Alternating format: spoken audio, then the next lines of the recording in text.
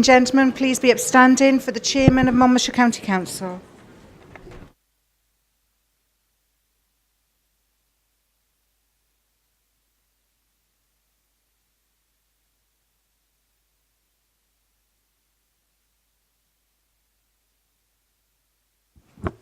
Good afternoon again. I now have a very sad announcement to make. A former chairman of this council and long-standing councillor, Mr. Donald Spence, has sadly passed away yesterday. So I would like to observe a minute's silence in his memory.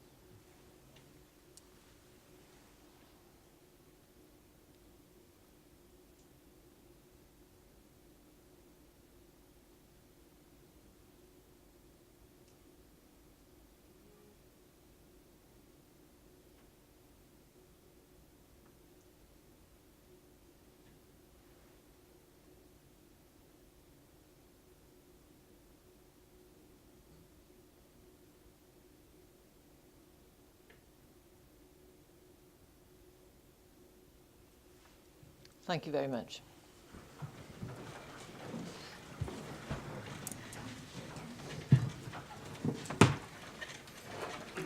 Councillor Fox. Yeah, Madam Chairman, that was indeed sad news, and I've just got off the phone from Don's son, Keith, and he's advised me the funeral for Donald Spencer is on Monday the 3rd of June at 11 a.m. in Raglan Church. And if I could briefly, some members won't know Don, but a wonderful, wonderful man. He was our chairman of this council in 2001 to 2002. He was the elected member for St Arvan's, and then in later life on his retirement moved to Raglan. But a sharp councillor who always had the right purposes in all he did. And he will be missed, and he was as sharp as a knife right up to very recent weeks, even writing to me on a policy issue. So our deepest condolences go to his family. Thank you, Councillor Fox. Right, we'll move on to... Oh, Councillor Smith? May I just briefly say that I agree with everything the leader has said about Don. I first met Don when I was elected at the same time as him and came across me in Chepstow, comprehensive. We were walking up towards this meeting. He looked at me and said, I think we're going to the same place together. And yes, he's been, to me, he was a good, kind, supportive person. And as the leader said, he was absolutely with it. I was talking to Don about 6 weeks ago, and I am truly taken aback that he's gone, and also that he'd reached the incredible age of 91. He was a very kind man, devoted to his family. He served the council well, truly, and honestly. He had integrity, and it's sad, but I'm glad there's not been a long, drawn-out illness. Thank you. Thank you, Councillor Smith. I now move on to the agenda, so could we have apologies for absence, please? Councillor Strong.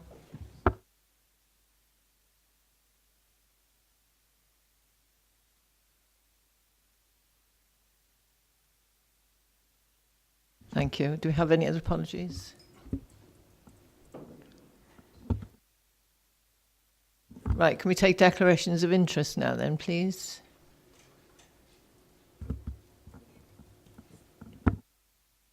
Thank you. We haven't been notified of any public questions or of any petitions. So I'll move on to item 5 on the agenda, which is to elect a leader of the council. So can I have nominations, please, for the leader of Monmouthshire County Council? Councillor Murphy. Yeah, thank you, Madam Chair. I'd like to propose Councillor Peter Fox. Is that seconded? Councillor Jordan seconded. Thank you. Are there any other nominations? Councillor Grocott? Thank you, Chair. I'd like to nominate Councillor Dimitri Batruni. Is that seconded? Seconded, Councillor Tudor Thomas. Are there any other nominations? Right, we will take the voting in the order that the nominations were made. So for Can I take votes for Councillor Peter Fox, please?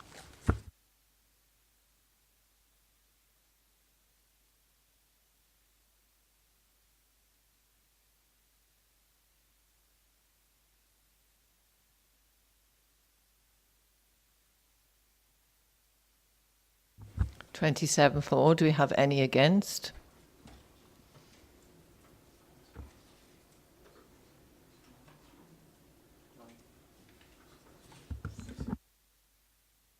And can we have votes, please, for Councillor Bartruni?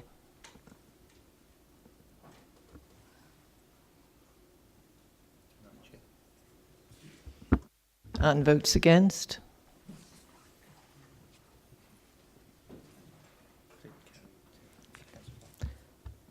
Thank you very much. That is carried. Congratulations, Councillor Fox. You are declared as the leader of the Monmouthshire County Council for the forthcoming year. Councillor Watts. Isn't it normal practice that the chair, whoever wants the job effectively gets up and says, why they want the job, and then we vote on it? I know we haven't done that for some years now, but that's a normal, state of play. Am I right, Chief Executive? I think you've answered your own question, Councillor Watts. The fact that we haven't done it for several years would suggest it isn't the normal state of play. There's nothing written either way within the Constitution. So I think, Madam Chair, if you're comfortable with the way that the process has just developed, that's absolutely fine. Thank you very much. Councillor Fox. Thank you, Madam Chairman, and thank you, Phil, for proposing me, and most members for supporting me. But I understand the need, and I commiserate with Dimitri. But we continue to work well together. Madam Chairman, before perhaps I go on and formally give my designations, I just would like to say a few words, and that's regarding our new Deputy Chairman, and that's Councillor Brian Jones, because as you know, Councillor Jones stepped back from Cabinet to become Deputy Chair on Tuesday, and it would be absolutely remiss before I talked about future designations to just reflect a little bit on Brian. And Brian, I can't thank you enough for your contribution to this council over so many years in Cabinet. Brian picked up the operations portfolio in 2010, mid-term. So for over 9 years, about exactly 9 years, Brian has been responsible for all of that very, very wide brief. And if those of you in Cabinet, well, all members know that if there's ever a portfolio which is going to attract a lot of challenge, of grief and challenging situations, because everything that was under Brian's responsibility is those things which affect us every day around our locality and neighbourhoods and infrastructure. And Brian fielded his fair share and more of that for year in, year out. And I don't think I've ever known an elected member work any harder. I've just constantly fielding and delivering for this council over many years, and sometimes that work is often not seen because the elected members, sadly, we're not seen as particularly favourable people in the wider eyes sometimes. But without people like Brian on the ground making things happen and sorting things out, things would be in a far worse place. He's been responsible for seeing some huge changes. He's, the overseeing of our residual waste changes, with the Project Worth, the increase in all of our recycling, the enhancement of our recycling centres, the introduction of green waste collections and food collections, huge commitment to the wider highways agenda through his work with SUTA and more recently the Cardiff Capital Region Transport Authority. There's so much more. You can't summarise 9 years worth of dedication and effort into a couple of seconds, a couple of minutes. But I know that Brian is so well thought of, not only in this chamber, but across chambers throughout Wales, by members and officers alike, and very, very well respected. So we'll miss Brian from around the cabinet table, his humour and his wisdom. So I just want to say, on behalf of the council, Brian, and me personally as a leader, and with the support you've given me personally, just a big thank you, and wish well in this role.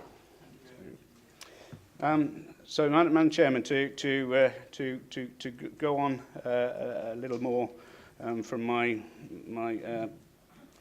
from the not being nominated as leader, and I hear what Armand said. I hope, Armand, most years you'll know that when I've been fortunate to be elected, and it is a great privilege to be elected to this body, and it's, as you know, I'm not like somebody, like somebody who gets elected at the beginning of a term to the office. I have to go through this process each year, and that means the support of my colleagues in the group and wider from the council, and I do thank everybody for their continued support. But I always try to give a bit of a reflection and a direction of where we're going. I remember at times I've stood there and given a State of the Nation address as I've seen it.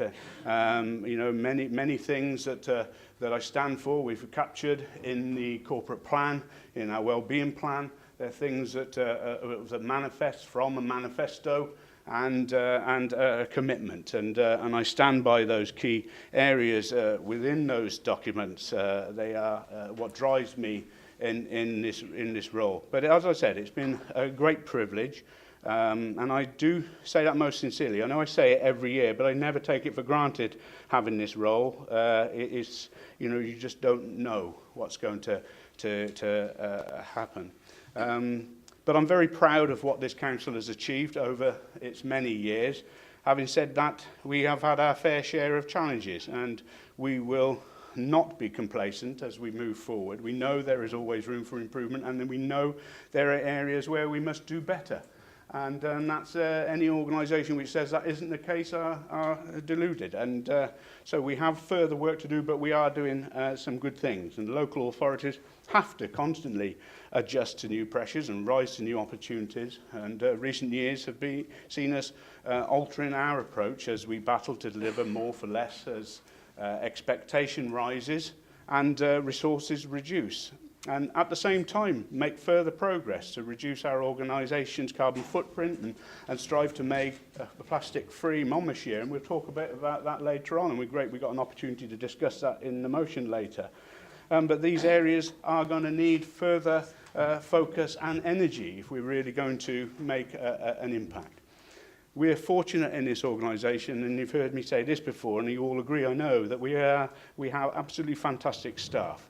And they have had to manage extraordinarily difficult challenges over the years, but they always find a way through, and they always deliver for us. And can I thank every one of you, obviously via the senior officers here, to pass that message wherever you can, that we do really value our staff. They're our greatest resource in this organisation, and we thank them for all they do for us. I'd also like to thank all of you members as well for everything you do in your respective roles. I know that at times there are spats between us, and we debate and we challenge each other's perspective and views, but that's politics, isn't it? And that's what we have to do, and that's part of our role. We know the executive has a job to do, and the opposition have their job to do. But the main thing is, I think, that we leave the arguments and disagreements in this chamber. When we're outside, we work together to achieve the best outcomes for the people we serve. This last year has seen fantastic things come to fruition, such as the new school in Monmouth and our new leisure facilities there. These are two examples of what we can do, and we will continue on that journey as we prepare for our new school in Abergavenny, and we plan for our new school in Chepstow. And we will see our leisure offer expanded as it is in Monmouth, as well as we move forward with the Mon Life concept of service delivery. This council has empowered, through its investment committee, the organisation's commercial opportunities by creating our investment fund, and we will see substantial financial benefits flow from our acquisitions of Castlegate and Newport Leisure Park. But we will see our investment portfolio grow further as we seek further income streams. And this is important because rising council tax continuously is not sustainable. We need to find new alternative funding streams to help maintain high quality local services. And so there is a busy time ahead as we deliver on our corporate plan and the county's wellbeing plan. And Cabinet colleagues will strive to make solid progress against our objectives. Madam Chairman, and that leads me to announce my Cabinet designations for the time being. The portfolios, whilst broadly the same, do have some changes, and instead of trying to read through all of those here, I will ask for them to be circulated to all of you so you can see all of those. The only change this year in Cabinet colleagues is, as we're aware, Brian's left us, and that is that Councillor Jane Pratt will now join the Cabinet, and she will be taking on a new portfolio which is very similar to the operations portfolio, but will be named Infrastructure and Neighbourhood Services. And whilst similar, the two very important additional responsibilities that are built into that portfolio are whole authority decarbonisation and plastic-free Monmouthshire. Those are areas I just touched on earlier where we need to make significant progress, and it's important, as we did with social justice, that we name a cabinet member with specific responsibility to oversee that throughout the council and to be part of a portfolio brief. So, Madam Chairman, I'm really looking forward to a productive year again. We never know what's around the corner with so much uncertainty at the moment, but I'll do my best to lead this authority on whatever stage I'm representing it at, and hopefully members will believe that I've done that over previous years, and I hope my record goes before me. So thank you, Madam Chairman. Thank you, Leader, for that informative review of the Council's position. We now move on to item number 6, representations of political groups review. And again, I think Councillor Fox is going to lead us through that.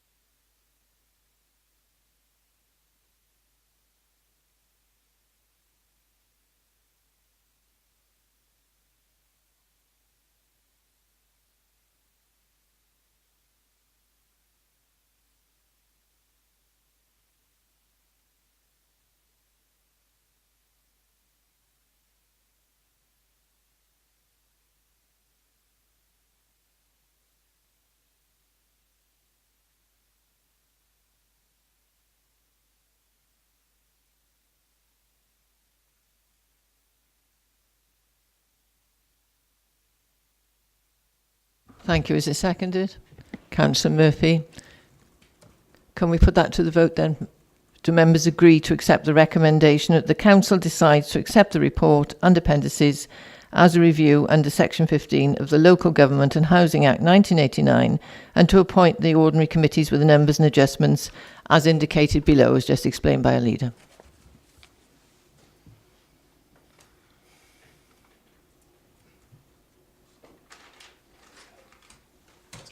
Unanimous?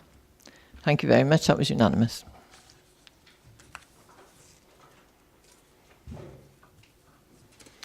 Right, we now move on to item number 6, which is appointments to committees. Councillor Fox, thank you. Yes, thank you, Madam Chairman. Again, a similar report that we would see every year, but absolutely important. And this is to appoint committees together with their membership, terms of reference in accordance with the Council's constitution, and those are listed down through the various appendices below. So the recommendation is that the following committees be appointed together with their membership as set down below and their terms of reference which are attached, as I said, in the appendices. The one additional part to the recommendation is members will know that the Democratic Services Committee, the appointment of chair is for this council to put in place, and Madam Chairman, I would ask that we can take that process forward in a moment. But you'll see within the report at 2.1 it's got the various area committees. Can I suggest that leaders of respective groups furnish officers with the names of the membership of those committees soon after this meeting, rather than try to work through all of that at this juncture? It's quite clear on obviously the area committees. Can I point out one thing on the area committees where it suggests that Brynacum is still named Brynacum brackets North Monmouthshire. It's no longer Brynacum, it is North Monmouthshire Area Committee. Obviously the respective wards and their allocated members will fill those those roles, and then we go on to the Audit Committee and then the Democratic Services Committee, as we'll come back to in a moment, Madam Chairman. And then it goes through all of the committees, as I said earlier. The one I noticed on the Democratic Services Committee, in the report here, it says the committee comprises of 11 members. Well, we clearly removed a report which said there's 12 members on it, so I'm assuming that's a mistake in this report. So, Madam Chairman, I don't think I need to go through all of the background in terms of reference of each of those committees, but ask that when we are taking forward the recommendations and that we, as a council, decide who's going to chair the Democratic Services, that any people who are putting themselves forward perhaps should be given the opportunity, in the same way as Armand just asked, a couple of minutes to share why they wanted to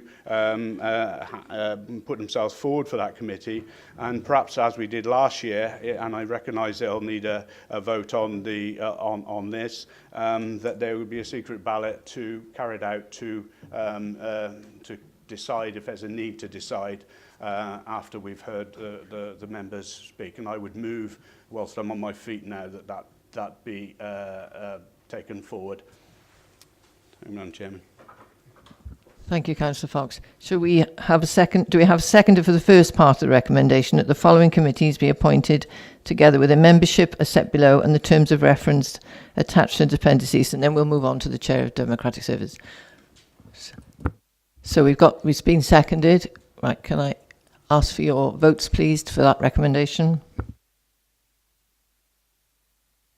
That's carried, thank you. So we'll move on now to elect a Chair of Democratic Services Committee. So do we have any nominations? Councillor Becker. I'd like to nominate Councillor Joanne Watkins, please. Do we have any other nominations? Councillor Petruni. To nominate Martin Grocott. Councillor Taylor. Sorry, Chair, I wanted to second Councillor Watkins' nomination. Thank you for pointing that out. So we've got... Do you have a seconder, Councillor Petroni? Councillor Thomas, thank you. Any other nominations?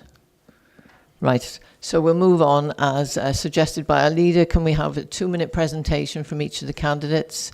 And then we will go to a secret ballot. Is everybody happy with the secret ballot?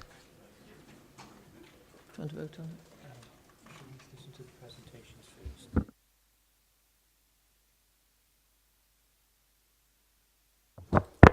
We'll take them in the order that they were nominated. So we'll go with Councillor Watkins, please. 2 minutes. Thank you very much, Chair. Colleagues, I have spent 2 years already serving on the Democratic Services Committee, and although it has been an interesting time, I feel that the committee has lost its way somewhat and needs to move further and more decisively in trying to engage in improving the democracy as experienced by our residents. The committee serves two purposes. One is to support the work of us as councillors, to make sure that we have the facilities that we need, that we are supported in our work. The other one is to increase engagement with the democratic purpose in our residents. And I feel this is the area that I would like to focus on if I am made chair of the committee. Unfortunately, today, in this meeting, we have already got one aspect of failure in our democratic engagement with our residents. You will have all have noticed we have a large number of people behind us who have come to support my motion today to council. They requested to speak in the public forum, but they were after the date that needed to come forwards. That date was not long enough after the motion was put forward. The agenda had not been announced. So I would like the Democratic Services Committee to review our procedures for how we actually look at whether we can allow our residents to have a good and vocal say in our democracy. I also embrace this technology, the use of the mobile phone. And I really feel that the way that our society is moving is that we will increasingly use digital means to engage with our residents, and that we really need to embrace that as part of democratic services. We need to use the digital platforms, we need to use social media, we need to use the internet as our way of actually engaging more and more with our communities. And I feel that as a working mum, I am used to the ideas of what you actually have to do to actually really understand the needs of those residents. And Can you sum up now, please, Councillor? Thank you. So I think I would really like to improve diversity and representation, and I would really hope that you would give me your support in this endeavour. Thank you. Councillor Grocart, you have 2 minutes. Thank you, Chair. It's a great honour, having just stepped down from chairing CYP committee, that colleagues on this side of the chamber asked me if I would like to be nominated to chair the Democratic Services Committee, and it would be indeed a great honour. Clearly there are two sides to the job. One, working internally to ensure the smooth operation of democracy. And I think that over the last 2 years in my role as chair of a standing committee, I have shown how effectively I can work with officers, holding them to account, but also trying to bring the best out in terms of ensuring the smooth operation of our internal democracy. But of course, I think, like Councillor Watkins, the bit that sets you on fire is the democratic process. And I have campaigned in every election since that of Harold Wilson in 1964. I was, of course, little more than a sperm in those days. But I have stood twice as a parliamentary candidate. I have been a member of Labour groups in 2 other authorities. I am a lifelong Democrat. And yet, in my own ward, which I am intensely proud to serve, I see only around 1/3 of people turning out to vote. And in some of our poorest wards, there is a disengagement with politics. And we see that especially at the moment. And I think there are all sorts of exciting ways in which we can seek to re-engage. And I would like to be at the forefront of campaigns that look, for example, at the viability of allowing people to vote electronically in supermarkets. Can you sum up, please, Councillor? Centres. I think that we have to commit ourselves to democracy, and I hope to have the opportunity to push this county forward in that. Thank you, Chair. Thank you. Councillor Fox has suggested a secret ballot. Are members happy to proceed with that?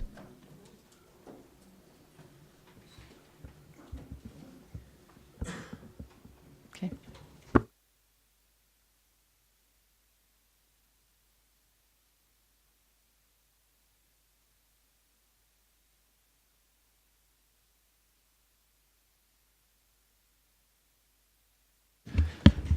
So members, as Nick distributes a very well-cut piece of paper for you, you're all experienced Democrats. We're looking for a clear indication on that piece of paper for one of 2 candidates, preferably not both candidates, one of 2 candidates. On the basis that it's a secret ballot, I'll ask Nicola then to collect your pieces of paper, just take them outside of the room, count them, and then she'll inform the chair of the successful candidate, if that's okay. We probably won't say the numbers, we'll just say who the successful candidate has been. Are you all content with that?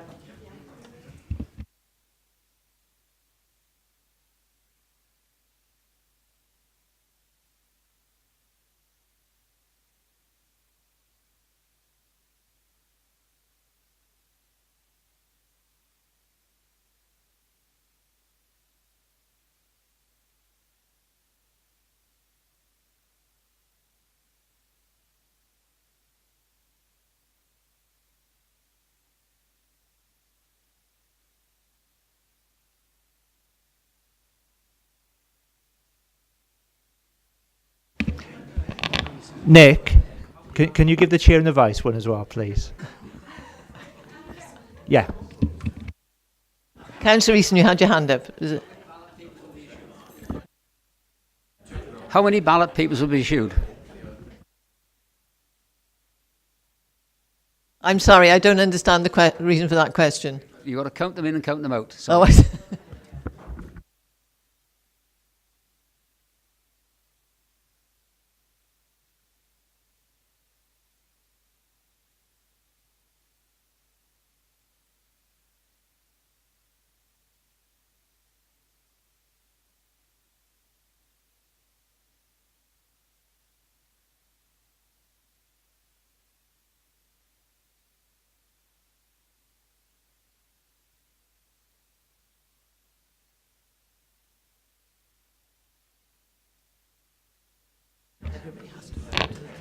So to answer Councillor Easton's question, 39 were issued. I can't guarantee that 39 have come back because clearly people might choose not to vote. And clearly what Nicola will share with you is the successful candidate rather than the numbers cast, if that's okay. It was not 40. That would be a bit of a problem.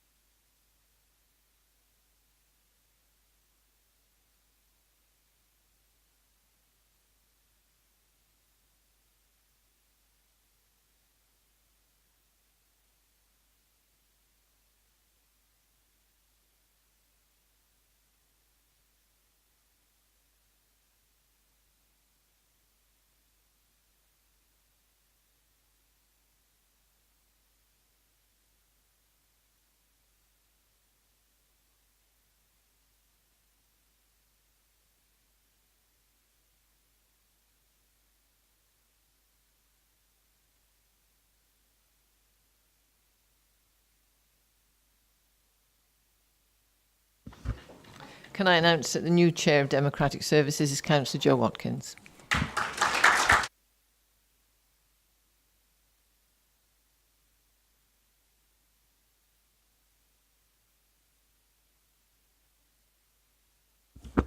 We now move on to item 9, which is motions... Oh, sorry, Councillor Howard. Chair, if you bear with me, I do have a question about meeting timings in particular, which relates to the item on the agenda, specifically the North Mon Area Committee. And I learned this morning that the Area Committee yesterday decided to change its meeting timings till 10 o'clock for the whole of the forthcoming council year. Yet the council sets the diary dates and timings at the meeting prior to the AGM or the one before that. I have to say I was rather disappointed because I found the 1 o'clock time that the committee had already moved to from 2 o'clock to difficult to get to as a working member, and this makes it even worse. And I just wanted to express my disappointment that the views of working members were not canvassed before the decision was taken, because it effectively means that unless I take annual leave, I probably won't be able to attend very many of them. Thank you, Councillor Howard. I think we'll perhaps leave that with the area committee to discuss at their meeting, next meeting. Thank you. So we'll now move on to, as I said, motions to council. 8. Oh, I beg your pardon, I'm jumping. It's seeing Joe's name. Right. Appointment to outside bodies. Now we have a list. I would like to suggest that we check it page by page, but the lead spokesperson for each group advises us of any changes, because most of these appointments are for the period of the council, full term. There are 2 pages which are just for information. So we'll start with the first page, which is in your bundle. Find the page number. Which I did turn down. Right, it's page number 1 of sorry, to me, Councillor Betroni. Item 6, the Drainage Board. Councillor Alan Davis informed me he never knew he was even on the Drainage Board. So he would like to be not on it anymore, officially. Thank you. I was going to suggest we go through them page by page. Appendix A, page 1. That is the first page. It is the first page? Number 6. Oh, I beg your pardon. I'm jumping ahead myself. Okay. So, can I ask that we take a note of that one, Councillor Fox? I'm on my first one's on page 2, Chairman. So Sorry, we have another hand up, I think, for page 1. Thank you, Chair. Coming back to item point 6 about the Drainage Board, there are 2 drainage advisory bodies there. The one is the Celtic and Went Luge one, which is myself and Joe Watkins as substitute. The other one is the Lower Y one, which is in Monmouth. So not to be confused, there's just one. There are 2 drainage boards, and from Councillor Feakins down to Councillor Watkins on the bottom half, that is the Lower Y one. So perhaps that could be clarified in writing. Thank you. Thank you for pointing that out. Yes, that could be. Chair, we also now have the vacancies given the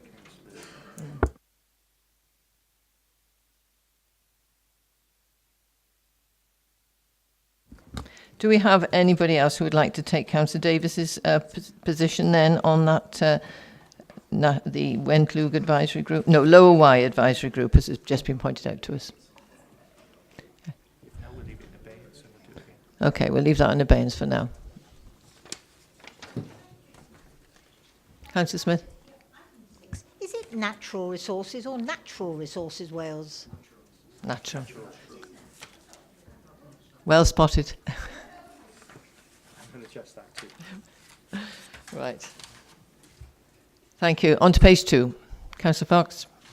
Yeah, Madam Chair, number 9, Regional Transport Authority. It's a responsible cabinet member, so obviously that needs to change from Councillor Brian Jones now to Councillor Jane Pratt.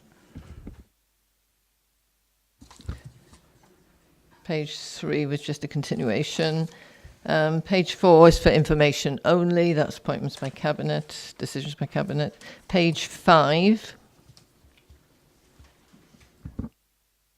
Councillor Fox. That's on, that's category C then. That's the joint committees and local authority companies. Just to note and let the council know that an Iron Bevan Community Health Council will have, we have a vacancy there because Councillor Jane Pratt has left that, and so there's a nomination to come forward from there's a space vacant for the council to nominate to. Councillor Taylor, was it in relation to that position? Chair. Yes, Chair. If since that vacancy is available, Councillor Blakeborough is interested in occupying it. If if council is happy with that. Thank you. Right, Councillor Howarth and then Councillor Petruni. Councillor Petruni. I third that. Have we anybody else interested in that position? If not, can we have a show of hands for Councillor Blakeborough, please? Thank you very much.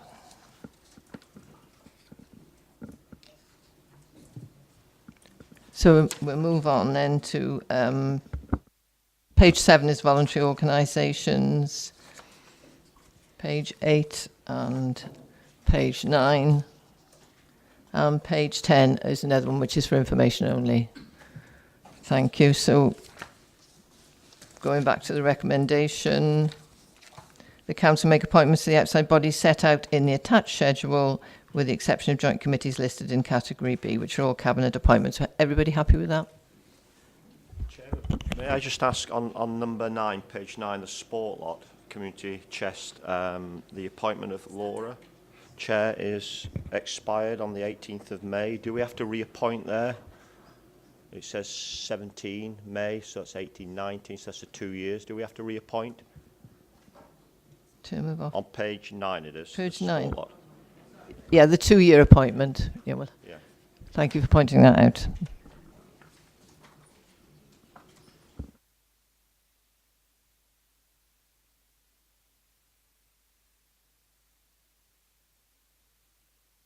Chairman, Madam Chairman, that's for the appointments to be determined by the WLGA, not for us. It's for information only.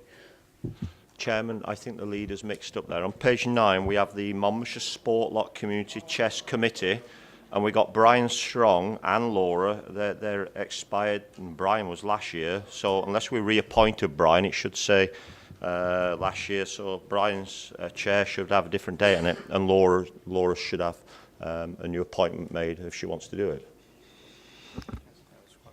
Yeah.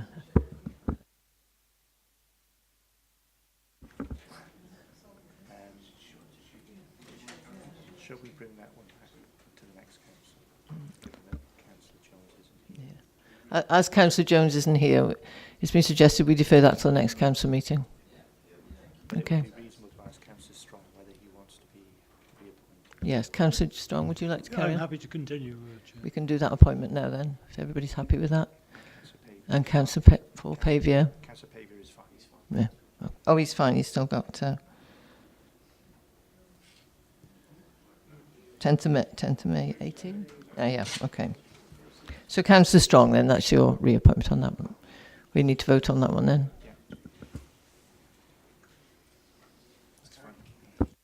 That's carried, thank you very much. Anything else on that now before we go back to the agenda?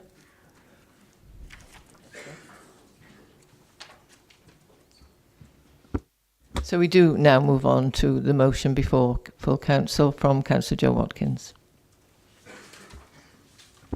Thank you, Chair. The motion is as is stated in the papers, but to give some additional insight into that, every time I turn on the news or look at a newspaper or look at Facebook, I see climate change as the number one story, the number one issue of our time. The issue has actually been around for decades, but it's finally grasped the public's and the media's attention. But the really worrying thing is it's grasped people's attention because things are getting steadily worse. I look at the young climate activists spearheaded by the amazing Greta Thunberg, and I'm in absolute awe at the determination they've got in showing us how important this agenda is and how they have got it right into the heart of our public conversation. I first became environmentally aware of the human impact on our environment when I was 9 years old, because I had an absolutely awesome primary school teacher called Mrs. Van. So thank you very much, Mrs. Van. Back then, I was actually concerned about the human impact causing species to become extinct. And at the time, it was the giant panda. Everyone was desperately worried about giant pandas.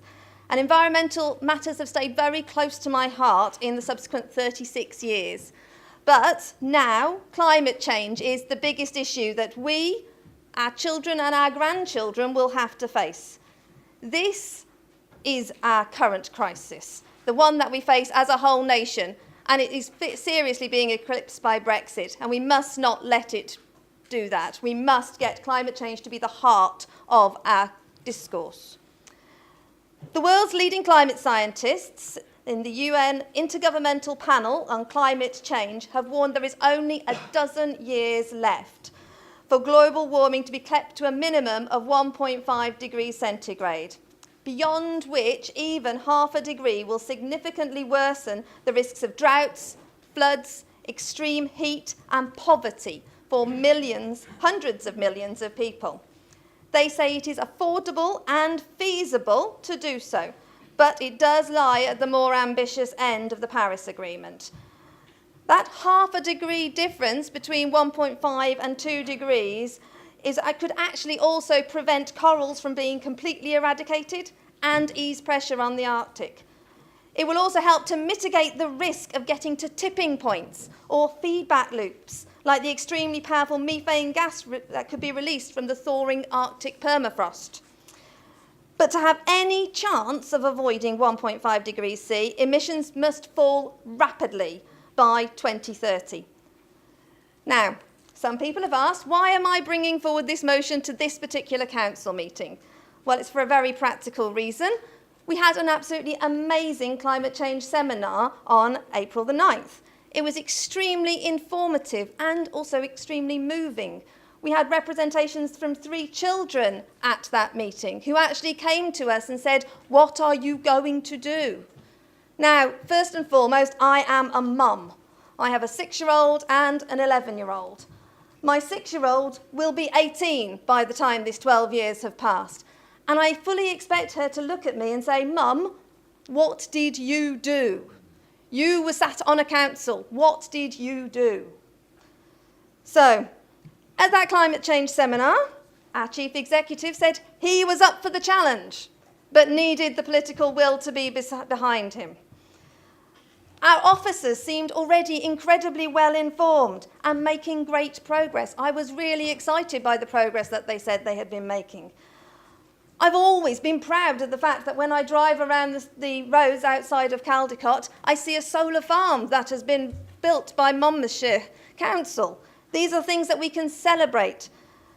But we also need to make extra strides. We need to look at all areas of our operations and how we can reduce our carbon footprint.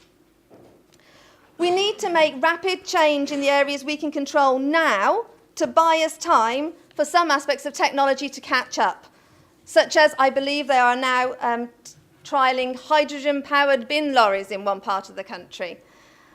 We need to be able to give time for us to be able to move on to those by getting some of our things in place now. Quite importantly, the Welsh Government has committed to achieving a carbon-neutral public sector by 2030. This motion calls that we attempt to beat that. So, why do I want us to call for a climate emergency?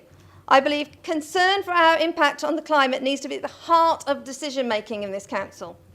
I have been reliably informed that it is on page 17 of the corporate plan. I would like it to be on page 1. I want it to be in every single thing that we do. We already, as a council, look at the Wellbeing and Future Generations Act in all of our decision-making.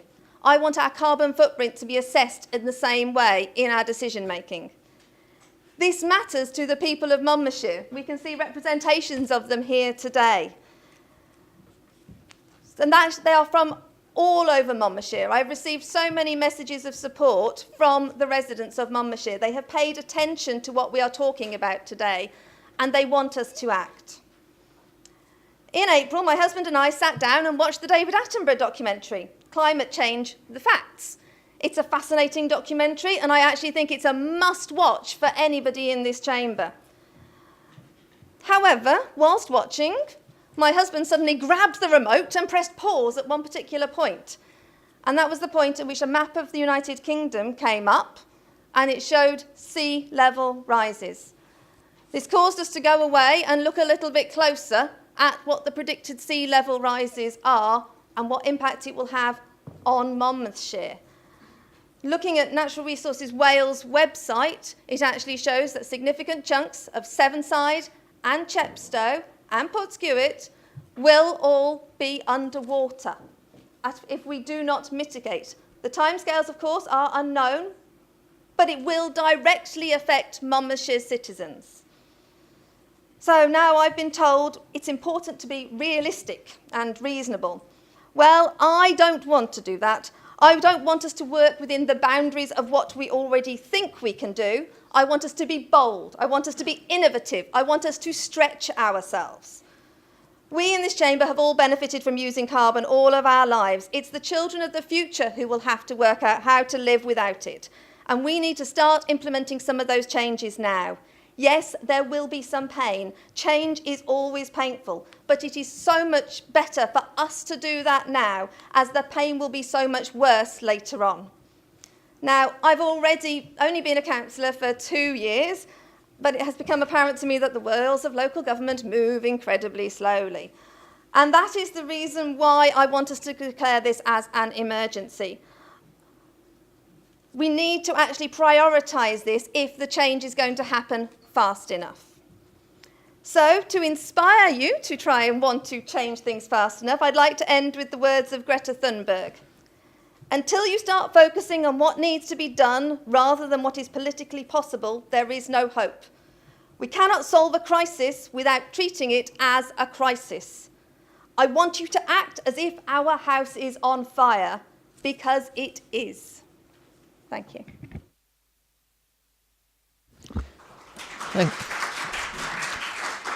Is the motion seconded?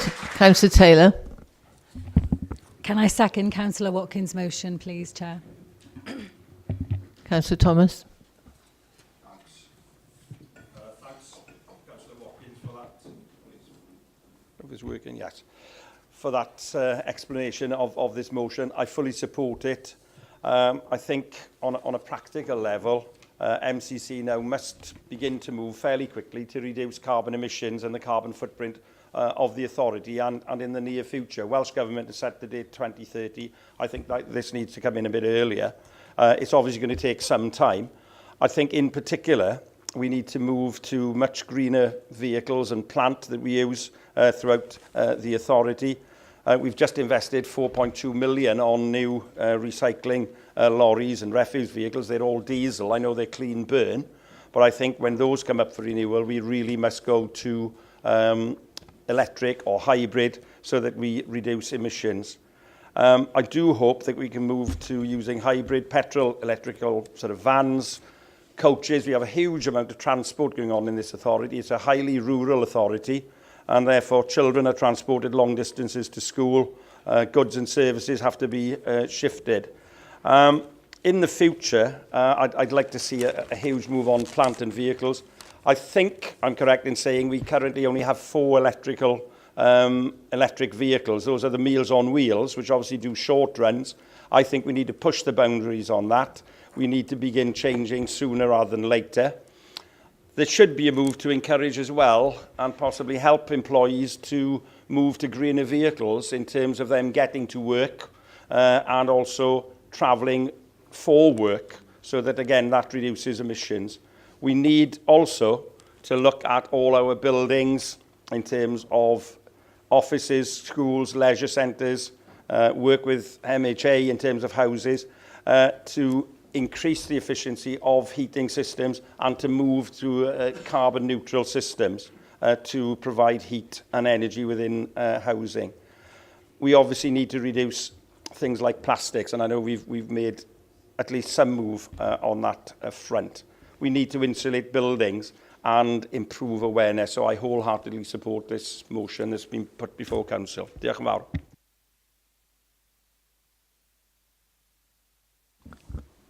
Do we have anybody else who wishes to speak? Councillor Smith. Thank you. I'm very happy to support this motion, but I'd also like this council to recognise the drive and the initiative of the residents who brought forward the climate seminar that we heard. It was very well informed, you've worked hard for that.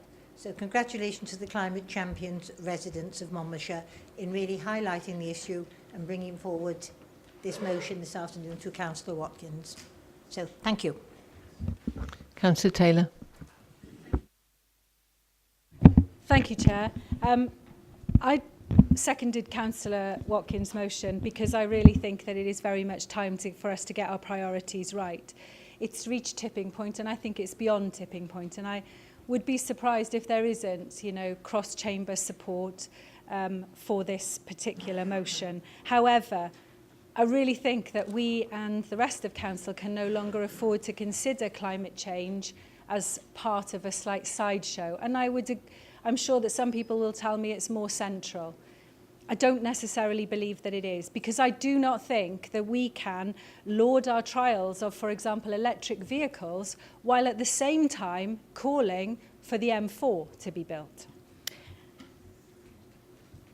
Sorry, in the spirit of not printing, I've tried to do this electronically, so we'll see where that gets me.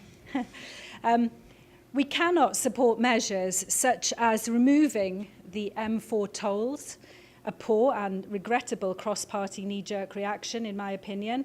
It is already creating very significant unintended consequences. It is fueling our housing crisis. It's leading people to eschew public transport in favour of the car or private means of conveyance. Poor, ill-conceived public policy does in fact cost the earth, I think. Recently, the leader of this council did call for Welsh Government to hurry up and build the new M4. It is, in my view, regrettable that that received quite a lot of cross-party support in this chamber. To speak of reducing carbon emissions and mitigating climate change and to support the building of a new M4 is a contradiction in terms. It is new M4 and mitigating climate change is, in my opinion, an oxymoron in the same sentence. I know that there are members in the room who support a Chepstow bypass. However, colleagues, I think it's time to change the game, to think differently, to be able to look our children, grandchildren and future generations in the eye, and to know that we took the hard, the daring and the absolutely right choices. We should be looking to achieve modal shift, moving people away from private means of transport. We cannot continue with the status quo. And a new M4 or a Chepstow bypass are not the answers. I think we need to consider our decisions about where we build houses, about our planning policy, about how we build sustainable communities that have access to public transport and active travel. We recently agreed to build, I think it's 350 houses in Chepstow. Well, where will they access public transport? Where will those people be able to build a sustainable and resilient community if we're putting pressure, more and more pressure on our services and less into our infrastructure to build resilient communities? I believe that actions speak louder than words. And in my own time as an elected member, I've actively campaigned against the new M4. I gave evidence at the public inquiry, and I do not believe that these things will solve the problem. They will increase carbon, and they will cause induced traffic. I found a member of the Mega Action Group on Rail. I and my colleague, Councillor Dimmock, support a group of residents who are actively campaigning for the first walkway station in the UK. Monmouthshire Council has been incredibly supportive in that, but I think it's time now, colleagues, to change the game, because Welsh Government haven't quite seized the opportunity, despite the fact that they too have declared a climate emergency. Our line, which runs from Chepstow round to Caldecott, is known in transport terms as the Cinderella line, because despite incredible growth, it does not have the investment. We need to change that, colleagues. We need to put the pressure on that changes that. The choices are clear. The reason we do not have, people will say, oh, you can't do this and you can't do that. We don't have accessible, affordable public transport because there isn't the political will and the strategy to do so. And that, I think, is what Councillor Watkins is asking for us to change. Climate change is man-made or human-made, whichever you want to put it, and it's possible for us to reverse some of those impacts. And I too have watched closely Greta Thunberg and her determination that one person can make a significant difference. And as she says, I want you to act as if your house is on fire, because it really is. And colleagues, I hope that we will start to act as if our house is on fire, because it genuinely is. Thank you, Chair. Councillor John.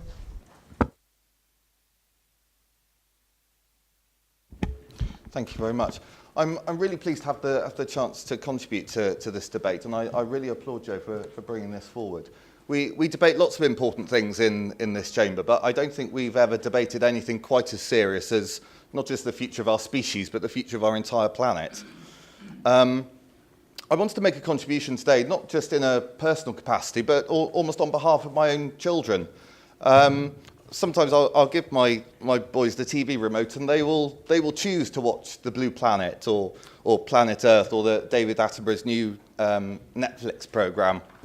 And I think it's something we can celebrate, that young people in our county do take an interest in climate issues, in our natural environment. And I know it's something that that children want to learn about in our schools. Now, I think that's something we can take a lot of pride in.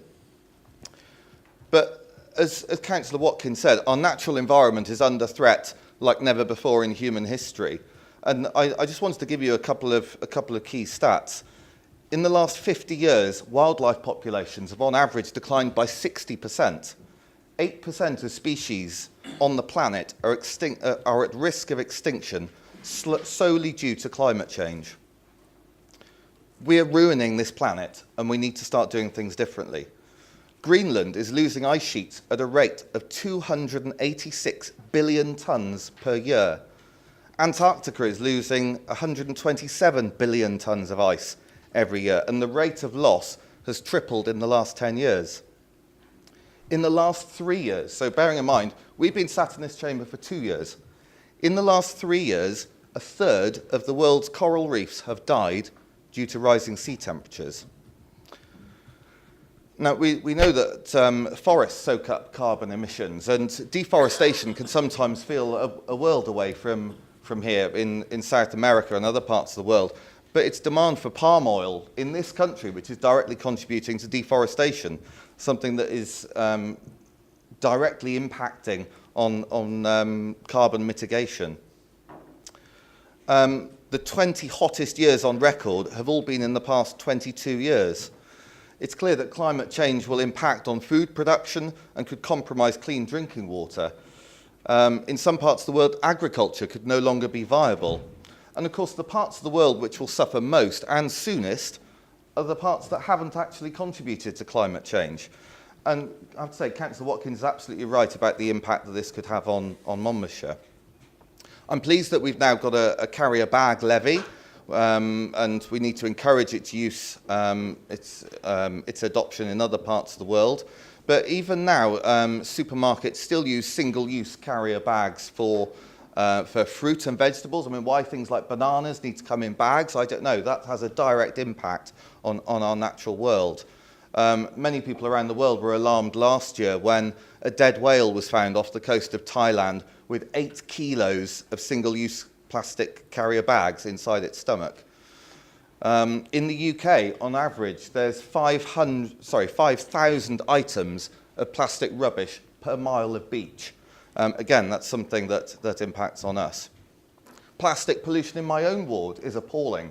We do litter picks roughly every 6 to 8 weeks or so. And it's something that feels quite rewarding, going around collecting litter, but it also makes you really angry that people travelling through our county think it's appropriate to chuck bottles, rubbish, all sorts into the hedgerows. It's absolutely disgusting, and we need to do more to try to crack down on it. There really is no excuse, particularly when we live in a county where we have 4 household waste and recycling centres. They're open longer than some other neighbouring authorities, yet there's still a significant number of people who think it's okay to litter our countryside.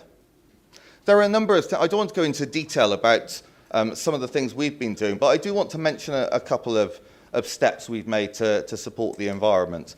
Last year, we changed the way in which we provide milk in our schools.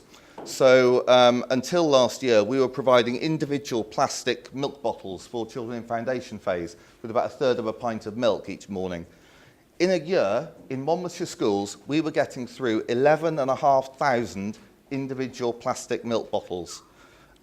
We've ditched those now, and we now have milk supplied in traditional pint glass bottles delivered by Raglan Dairy, with all milk sourced within 30 miles. We've taken other steps to improve air pollution in Monmouthshire schools. And as I mentioned, I'm really proud that we have ethical, informed citizens in Monmouthshire, and that's one of the key purposes of the new curriculum, and that children will be able to learn about this. I was also really pleased to attend the seminar we had a couple of weeks ago, and I have to say the children from the Chandler family spoke really articulately about their worries about climate change and the impact it's going to have on their future. We do need to do more in this county to support active travel, cycling and walking, and I'm going to talk a little bit later about some of the steps we can do in terms of promoting cycling. But does a climate emergency mean that we should never build any new roads? Do we stop dualling the A465 in the Heads of the Valleys road? I think we do need to take steps to address air pollution, which is particularly bad in Chepstow and in Newport. So I think I still think there's a strong case for building new roads in certain areas, but we do need to take steps towards cleaner, greener vehicles so that travelling around, particularly in a rural county like Monmouthshire, that we can do that in a more sustainable way. So I don't shy away from the need to tackle congestion and air pollution, particularly at the Bringlass tunnels in Newport and around Chepstow. I hear what Joe says about transport, but I note that the Liberal Democrats didn't think that their green credentials were compromised by building new roads. I note the Liberal Democrats were happy to build a new dual carriageway from Cardiff Bay to Rover Way in Cardiff. That was a £60 million commitment, which has succeeded actually in easing congestion in the Cardiff Central area. I note that technology is advancing and we need to embrace that. I know recently the world's first fully electric plane made it across the Channel. And we need to work with Welsh Government and others. I know they're working on their electric vehicle strategy, which is due out next year. And we obviously have some very clear commitments about promoting new electric car charging points across the county. We also need to do more, as Councillor Taylor mentioned, in terms of housing and planning, making homes more energy efficient, and looking at how we incorporate more greenery, more trees, more wildlife into our developments, both existing and new ones. I suppose one of my regrets about Brexit, and there are a number, is that we're still talking about constitutional change, and it means we're not talking about the NHS, we're not talking about schools. Councillor John, you have 2 minutes left. Okay, thank you. I would urge MPs to get on with it, agree a deal, let's get out of the European Union, and then we can focus, we can get back to the job of talking about real things that really do matter, like our health service, like schools, and like this time bomb that we're facing, that we're talking about today. I want to finish with a quote as well, but I want to quote David Attenborough, who said, "We now stand at a unique point in our planet's history, one where we must all share a responsibility, both for our present well-being and for the future of all life on Earth. Every one of us has the power to make changes and to make them now. Our wonderful natural world and the lives of our children, grandchildren, and all those who follow them depend on us doing so." Councillor Powell. Thank you, Chairman. Actually, Councillor Johns mentioned some of the things that I was going to mention. That's quite all right. You do it much better than me. Now, I watch all these programmes, and it goes to my heart when I see how few of our animals are still existing that weren't 50 years ago. I think we all have to do our bit. I'm not mentioning any companies or anything, but some of the supermarkets are providing paper bags so you don't have to use plastic bags. I can remember as a child struggling home with a paper bag with my eggs in and getting them home without breaking them. I don't think we should go to that extreme, but I think it's up to all of us. I wish that I could still walk as far as I really need to go. Unfortunately, I do have to use the car, and that is a problem. Coming back to the motorways, I wonder, I'm no expert, I'm no professor or anything, how much more trouble we have, carbon we have from the cars waiting in queues to go round Chepstow or to go through Newport, whether that is more damaging than having the motorways where they can keep moving, because nothing worse than a car ticking over, and you can't expect everybody to stop the car and restart it again every second. So I think that needs looking into before we condemn new roads, because free-moving traffic doesn't produce so much carbon. Also, I'm a great advocate for using water. We have so much water in Wales, and I think that we ought to look more. I know they say it costs a lot to provide energy from water, but once you've done the initial payment, the water is there, and it's always there. And I think we want to look to that more than anything else. Because after all, if we all have electric cars, they're all going to need charging, and they all need electric, which has to come from somewhere. So I do support this motion, and I hope that we can look at all the needs and sides of it and hope for our children and grandchildren, and we have great-grandchildren as well. So it is worrying and it is sad. But I'm quite pleased. I put up one of these little things to get bugs to little houses with little holes in. And I was reading yesterday, and I went out there, and somebody's using it because the ends of 5 or 6 of them are blocked up. So I feel quite proud of that. It's only a little thing, but it's the little things that count. Councillor Fox. Thank you, Madam Chairman. Joe, thanks for bringing the motion forward. I mean, it's absolutely timely and something everybody feels passionate about. And whilst we might end up disagreeing about some little areas of it, the overview is absolutely something I think we all agree with. Like you know, I'm affected by children. I have 5 little granddaughters, all born in 12 months, and I worry more now. Councillor Fox, I wonder if you could speak up a little. I don't think our visitors can hear. Oh, sorry. Is everybody here now? Okay. Is it working? Okay, so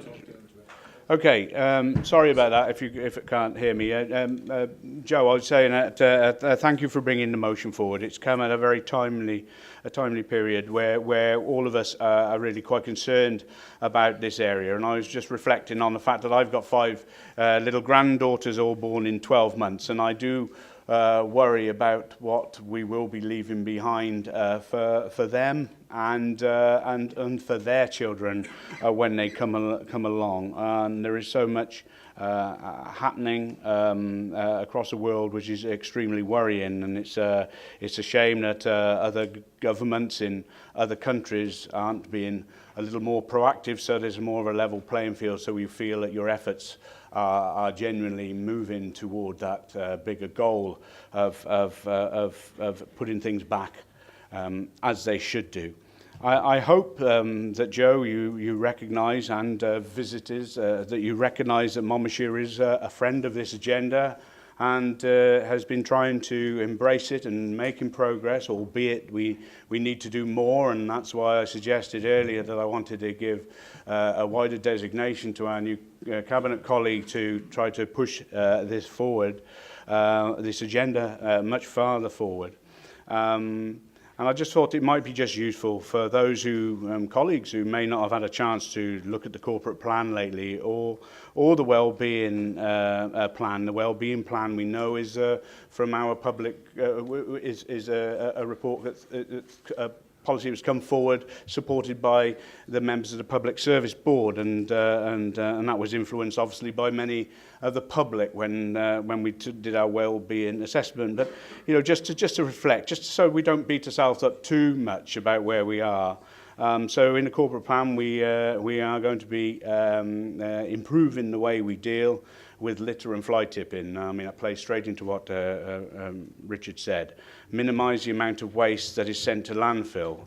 Deliver green infrastructure policy. Secure and deliver funds to projects including living levels, agri-urban and air quality.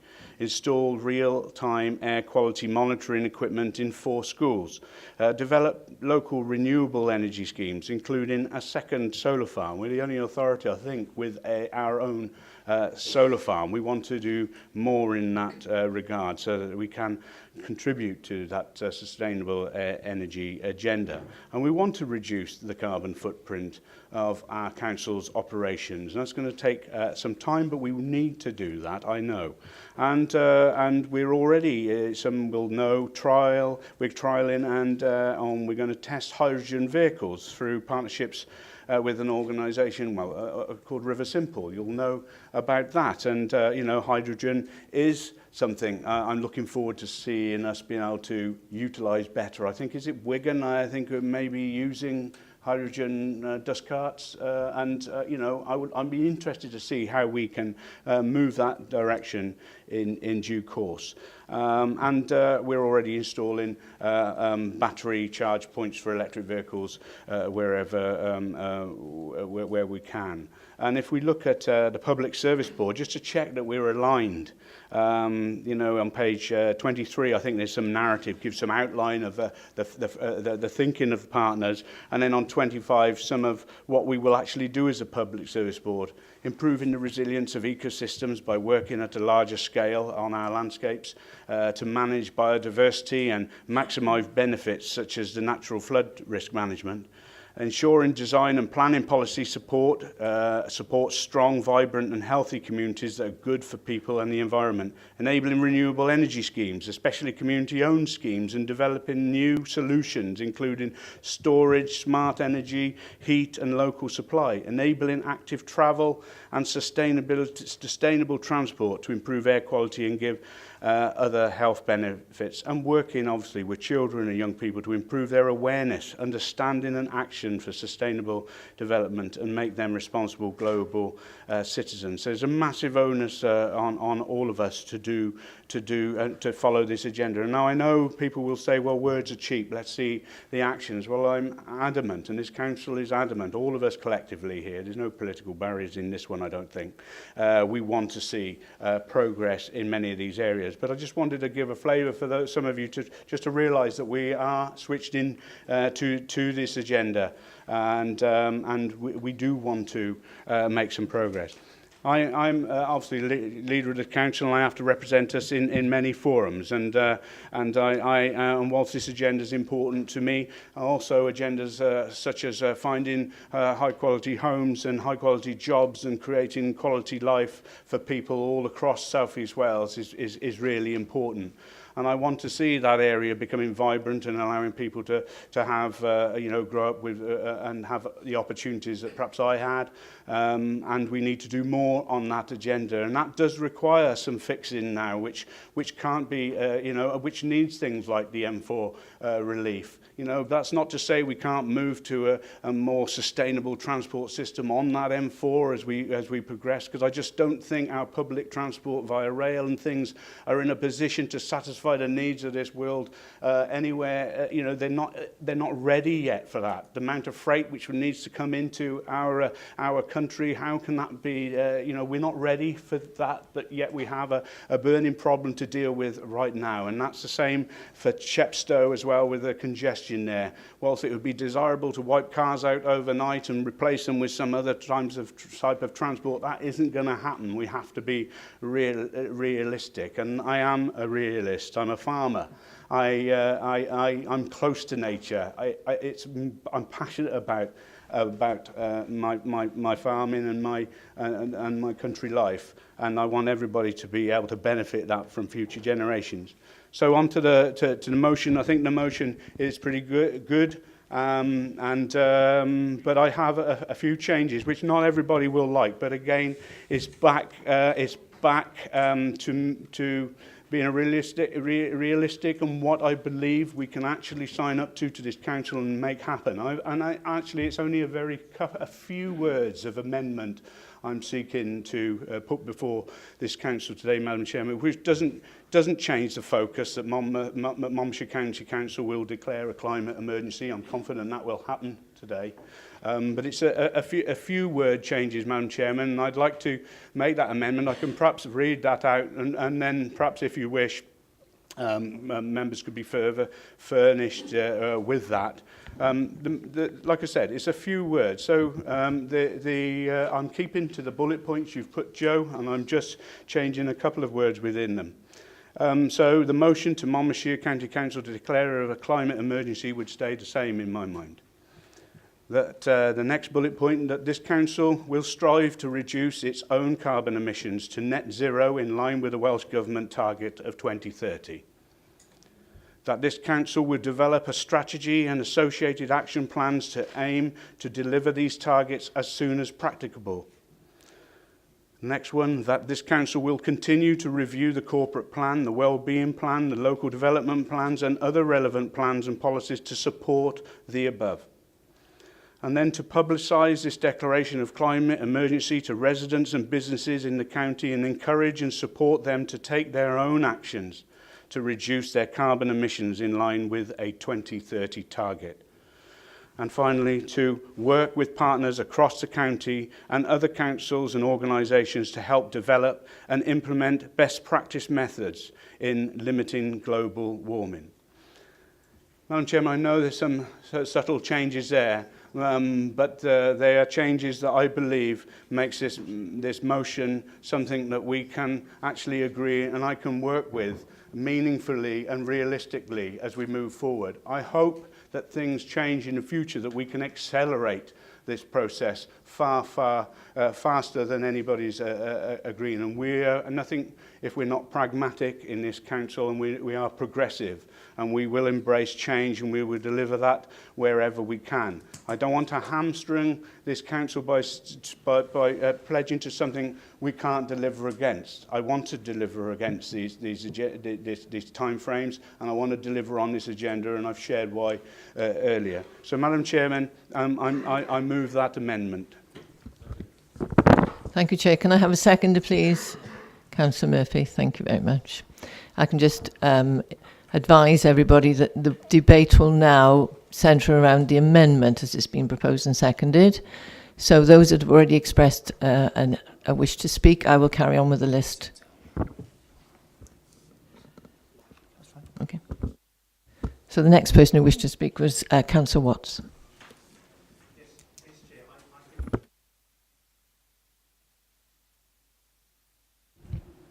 Sorry, I didn't really want to speak about specifically the amendment, which is, I was happy with the wording of it.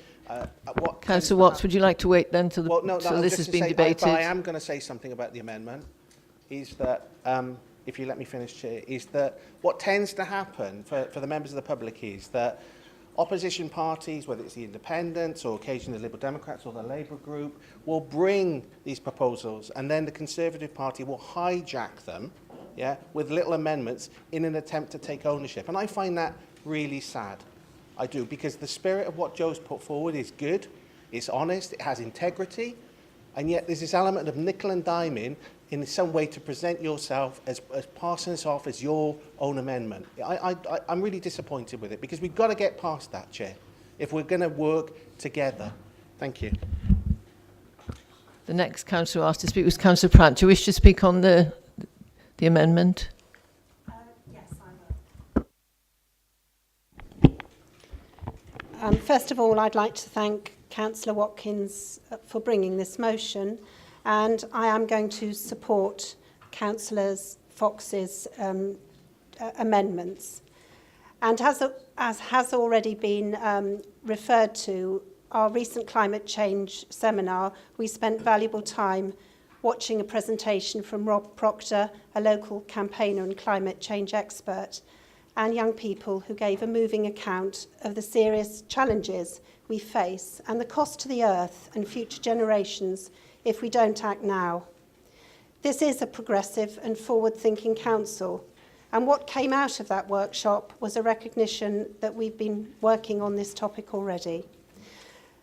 But I think today, with the motion that's been put forward and the changes by Councillor Fox and the climate emergency recently announced by Welsh Government, plus the UK's government recently published Climate Change Committee report, has speeded up the need to act and to develop policies and strategies that will deliver this zero carbon target in Wales by 2030. My new responsibility includes decarbonisation and a plastic-free Monmouthshire, and I look forward to working with you all on these hugely important issues in the future, and I will be supporting Councillor Fox. Councillor Pavia, do you wish to speak on the amendment? Yes, thank you, Madam Chair. I'm obviously supportive of the principle behind Councillor Watkins' original motion. I think despite Brexit, the recent direct action we've seen from the Extinction Rebellion has certainly focused the minds of politicians and policymakers, not just in the UK, but right across Europe. But I think we need to be absolutely clear that as a council, advancing this agenda is something that we cannot be done in isolation. And I believe the Welsh Government has already anticipated that in calling for a need for a pan-Wales approach. In Leslie Griffiths' written statement on the 30th of April, when Welsh Government called a climate change emergency in Wales, she said that this statement provides a basis for collective action on climate change right across our economy and society. There is a role to play for every community, every business, every public service in Wales, and therefore it's essential that with any new plan developed, it's not simply a Welsh Government effort, but it's a pan-Wales plan, and I absolutely agree with that. I think it's pretty evident, despite this motion coming forward today, as a key strategic partner, local government in Wales, there is an expectation, I think, that all authorities will have to play their part in speeding up policies and action that will mitigate climate change and reduce emissions, waste and consumption. I won't repeat, obviously, that the positive progress that the Council has already taken. I think the leaders eloquently conveyed those points. However, as a local government lead authority in Wales, I think we have a big role to play in creating a low-carbon and more resilient communities, not just here in Monmouthshire, but right across Wales. And that, for me, is by demonstrating leadership, both within this council and beyond this council, developing a vision and mainstreaming ownership and responsibility for that, for communication and engagement with our residents, listening and engaging with our communities, by establishing partnerships for action, and that's grassroots up to the public service boards and then laterally across the region. By making things happen, and I think Councillor Fox has already stated some of the things that we have done, actively supporting local energy projects, by ensuring our procurement and investment policies are used as drivers for change and self-sufficiency, actively championing flood defence measures, etc. By representing, advocating for change on national, regional and local levels, and obviously looking after the best interests of our vulnerable people in the county, particularly those who are trapped in fuel poverty. By empowering communities, by providing support, funding, information and capacity, and by ensuring transparency and accountability for the goals and actions that we set, and ensure the progress that we make against those targets. I know Councillor Murphy was probably twitching there when I talked about finance, because I think we have to be mindful of the real financial constraint that, not just this council is in, but the whole local government sector is in Wales. That shouldn't be an excuse for inaction, but we need to be shrewd and innovative in terms of how we go about utilising our resources, whether that's generating income from reinvestment in things like microgeneration and decentralisation of energy. And I think Councillor Fox has already said about our solar farm, and there's probably an ambition to expand in that area. How we pool resources and work in partnership with others, sharing services and increasing our purchasing power. How we maximise external funding opportunities. I was really pleased to see yesterday the Welsh Finance Executive, Dr. Rhian Murray Thomas, was appointed as the first CEO of the Green Finance Institute. And we have to be open and honest about the cost of driving this agenda forward. It's going to require a significant amount of public and private investment. And obviously how we protect ourselves from future costs, because there will be mitigation costs in things like flood defence, etc.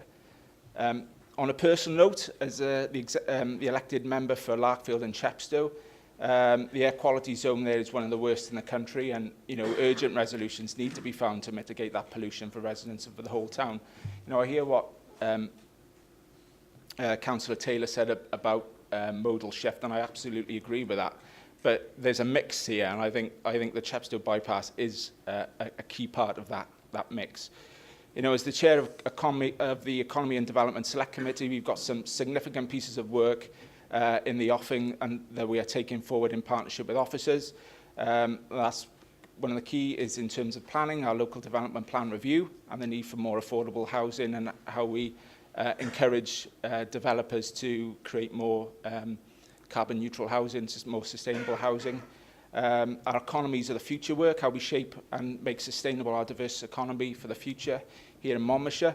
How we improve our procurement policy, not just to save money, but to help to make our communities more resilient. But Madam Chair, I think the key to all of this is not knee-jerk policy implementation, but a well-devised, well-structured route map. We can't do this in isolation, as I said, but in working in partnership, I think we can make great strides over the ensuing decades. I think the amendment strengthens the initial motion, and I hope colleagues can support it. Thank you. Councillor Batruni. Yes, thank you, Chair. Completely opposed to the amendment. It waters down, it takes the word ensure to strive, which is diminishing the emergency bit of the motion set out by Councillor Watkins. So the Labour group would be totally against such a watering down from the Conservative group on this position. Their stance on this is typical of just delaying piecemeal.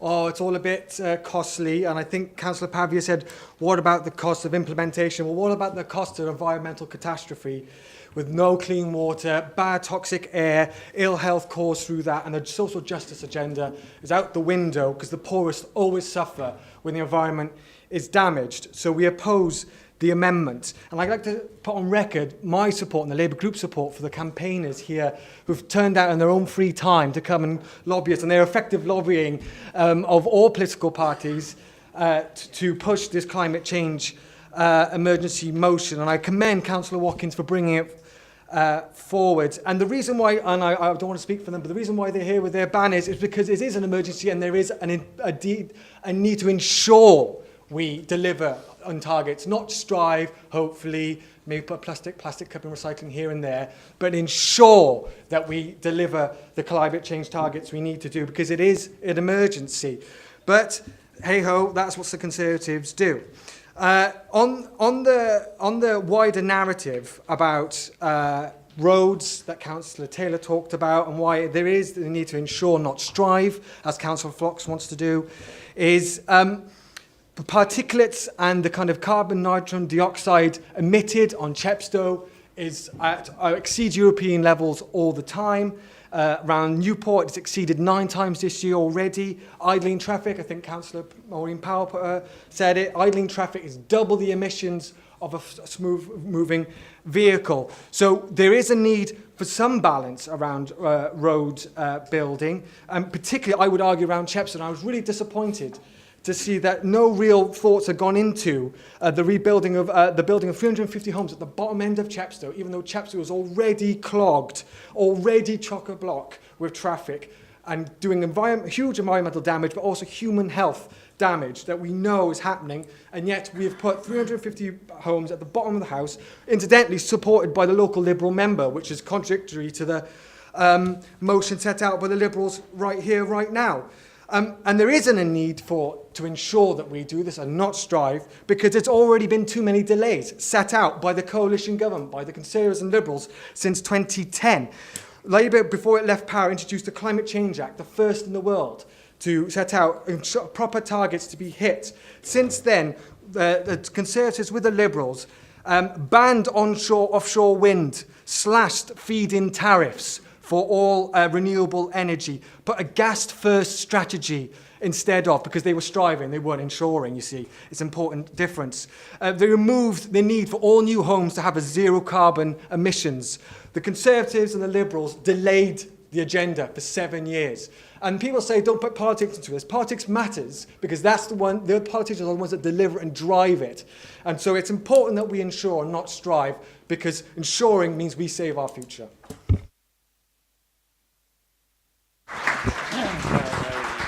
Councillor Becker. Thank you, Chair. what has been nice is to see that generally everybody acknowledges the emergency. They understand that we've got to do things. It's nice to see people getting a little bit into what we're going to do about it. I mean, Dimitri's either woefully ignorant of how planning works or being, willfully disingenuous, because he knows that if we had actually voted down those houses, it would have got overturned, and the people who are our residents would have had to put their hand in their pocket to compensate the developers. So, I'm not in a habit of doing that, of making my residents pay for things. On the other hand, what I would like to do is to take this amendment, because I am speaking to the amendment, and change that, because I don't support that. It's not so much the ensure, strive thing that I've got a problem with, it's taking the number out. Taking that number out takes out our message about what we're trying to achieve. It takes out the scale at which we are trying to achieve this. If we're striving, fine, we're striving.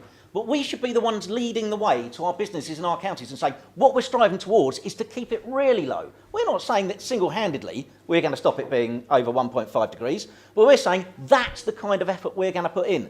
We're saying to Greta Thunberg, we are listening, we're going to try. We're going to really actually hang it out there and give it a go.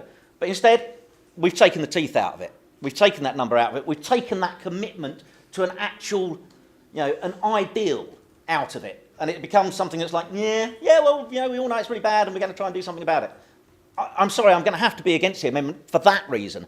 And like I say, it isn't the ensure strive, it's the 1.5 degrees. I think it's there as an important part of the message of what we're trying to achieve. So in terms of the amendment, can't support it. Glad to see everybody's getting into the spirit of supporting the agenda though. So thank you very much. Councillor Howard. Thank you, Madam Chair. I don't want to prolong the debate any more than it needs to be or repeat that which other people have referred to. I find myself very much in tune with the proposer of the motion, Joe and Francis Taylor. And on previous occasions have often thought that this council needs to rationalise what it says with what it actually does. The stance on the M4 is a good example of that. Councillor Bertruni conveniently forgets when he started his political rant that he was fully in support of that and it's a Welsh Government project. And he forgot to mention that Jeremy Corbyn at one stage suggested reopening the South Wales coalfields, but we'll put that to one side. And my position on the M4 was clear. The answer has to be public transport, not new roads. Down to the smaller, reference was made to the Chepstow scheme that came to Planning Committee recently, and I was disappointed that even a small change that I asked for, which was to support the request of the GI team just to change a species of oak tree and put in some more pollinator planting. That was the GI team's request, but it was really disappointing that even that small thing couldn't be acceded to by the planning officer. So I think that this message really has to filter down through every level of the council. And I do hear the leader's comments about economy and housing, but the problem is that this is the approach and the answer that of 10 years ago, 20 years ago, 30 years ago, 40 years ago, that other alternatives aren't ready. And the problem is at some point you have to draw the line and make the decision about which is the best route to go for the future. And whatever we're doing now as a council is absolutely great. I support that and thank the executive for doing so, but it isn't enough. And I would ask the leader, I'm not so disappointed with the amendment that I wouldn't support it, but I would ask if you'd be willing to consider putting the 1.5 degree reference in as a change. Thank you. Councillor Grocott. Sorry, Chair, can I thank just... you, Chair. Oh, sorry, Chair. Councillor John mentioned the Brexit word, and it's very noticeable that a recent opinion poll showed that a majority of Conservatives in Britain at the vote next week were apparently prepared to vote against their leadership. I think they're setting a good example to colleagues in this chamber, because when Councillor John led the Tory viewpoint on this motion, looking over the chamber, the vast majority of my Conservative colleagues over here were nodding and agreeing. The Tory leading on it made no mention of changing it. What we are now confronted with is the leader of the Tory party in this chamber putting forward his amendment. And to follow on from what Councillor Watt said, we see time after time that the leader puts forward an amendment and the Tories just fall into line behind it. I would challenge you this afternoon. You were nodding when Councillor Watkins was speaking. You were showing your agreement. Now is the time that you go along with the majority of other people in Britain and actually go against your Conservative leader. I dare you to support Joe Watkins' motion. Do it. Councillor Watkins. I'm just going to second basically what my colleague Councillor Becker has already said. Peter, I can understand your language and the fact that you would prefer to strive rather than ensure. I can understand that you want to review and that you don't want to cost even, although I think that aspect might be a little foolhardy because I think we should actually know what this thing costs. Let's face it, you do like to know what a thing costs. So the idea that we don't do that kind of goes against the Conservative general way of running this council. But the 1.5 degrees is really important. That is what we are striving towards. Just to stray, we're striving to mitigate global warming is not really what this message is going towards. My whole motion, the idea, we have 12 years to limit it to 1.5 degrees. It's already at 1 degree. We've already got global warming.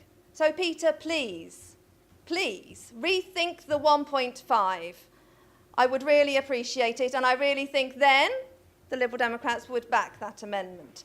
But otherwise, we will vote against that amendment. Thank you.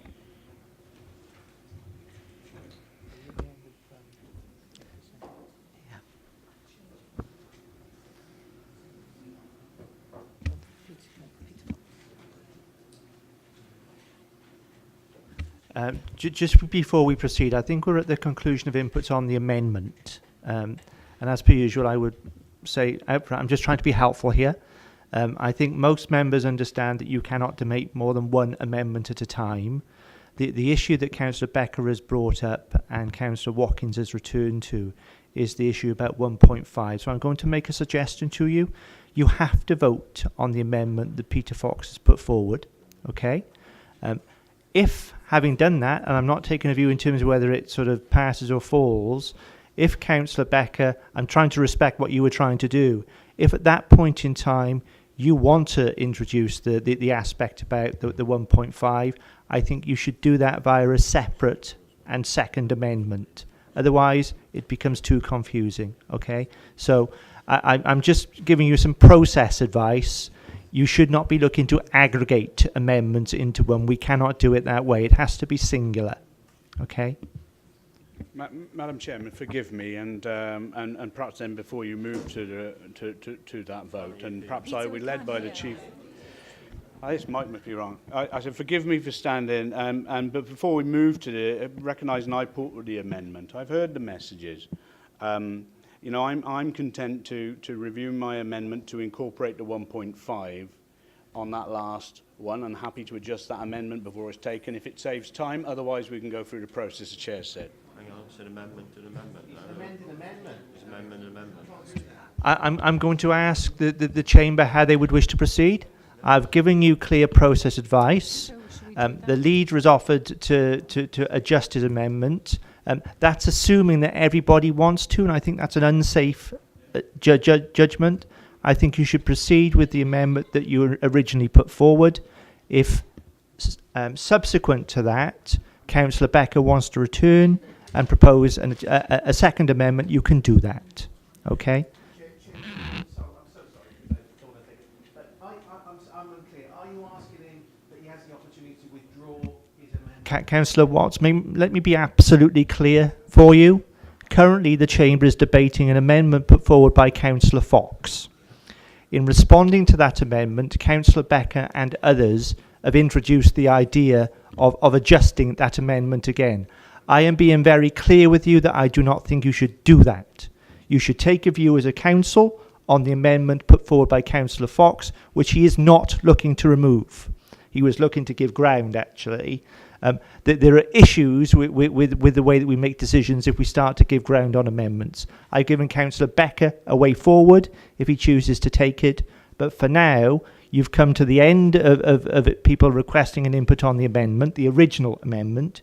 You should put that to the vote, see whether it passes or falls, and then perhaps move on, because that amendment will then become your substantive motion, which you can change again if you're minded to. Is that clear? So I think you're at the point now. Councillor Becker, you can come in a moment. Councillor Brown, if you want to speak on the amendment, that's fine. But if you're looking to introduce anything new, I would suggest perhaps it can wait a moment. I think we're at the point, unless Councillor Brown is indicating differently because she hasn't spoken on the amendment yet, that we should put it to the vote. I think, I haven't spoken on the amendment. It's just I wanted a clarification. So that if, for example, you're in a position where you would support the amended amendment, then are you better to vote against the current amendment? I think that needs to be clarified. Thank you. It pretty much works either way, but based on my following of today's conversation, it probably would be easier for you to support the amendment that Councillor Fox has put, right? But it's a judgment for you. Let me explain what too many words from me, okay? You have a First Amendment which will be defeated or it will succeed. Yeah.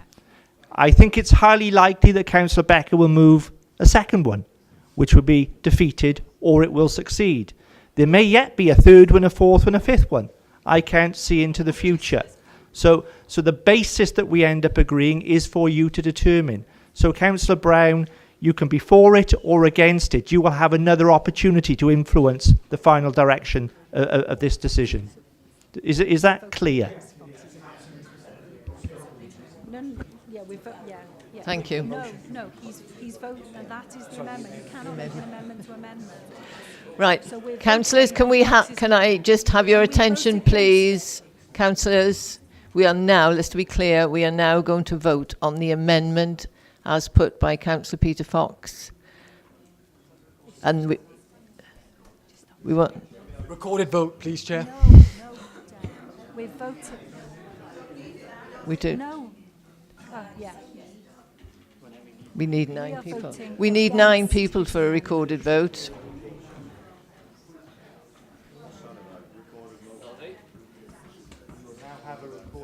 There's got to be 9. Okay.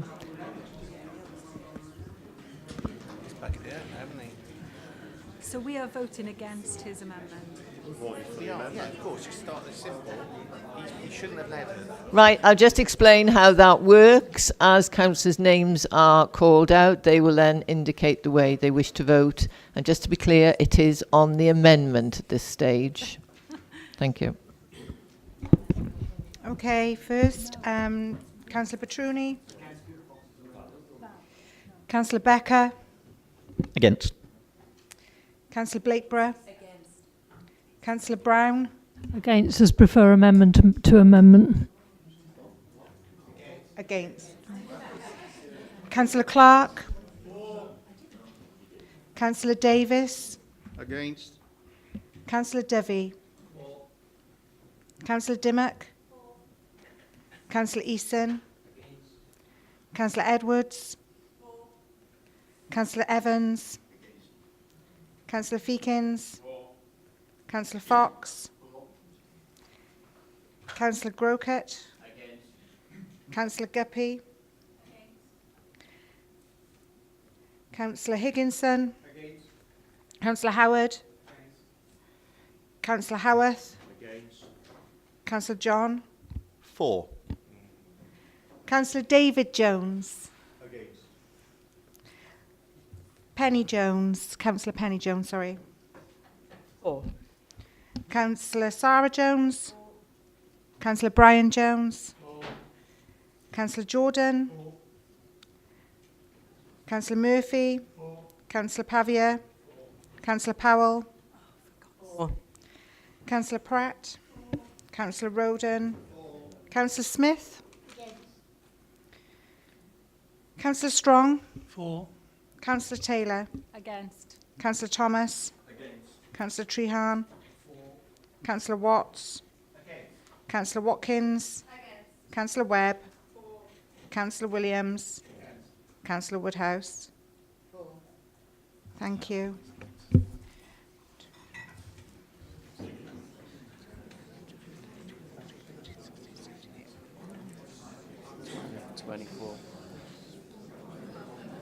Just double check. 1, 2, 3, 4, 5, 6, 7, 8, 9, 10, 11, 12, 13, You 14. can't.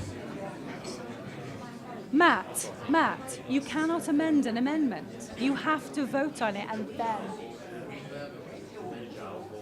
Nobody's amendment takes out the 1.5.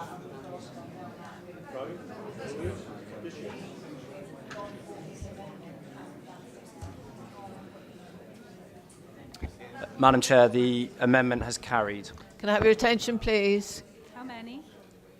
The amendment has been carried, so that now becomes a substantive motion.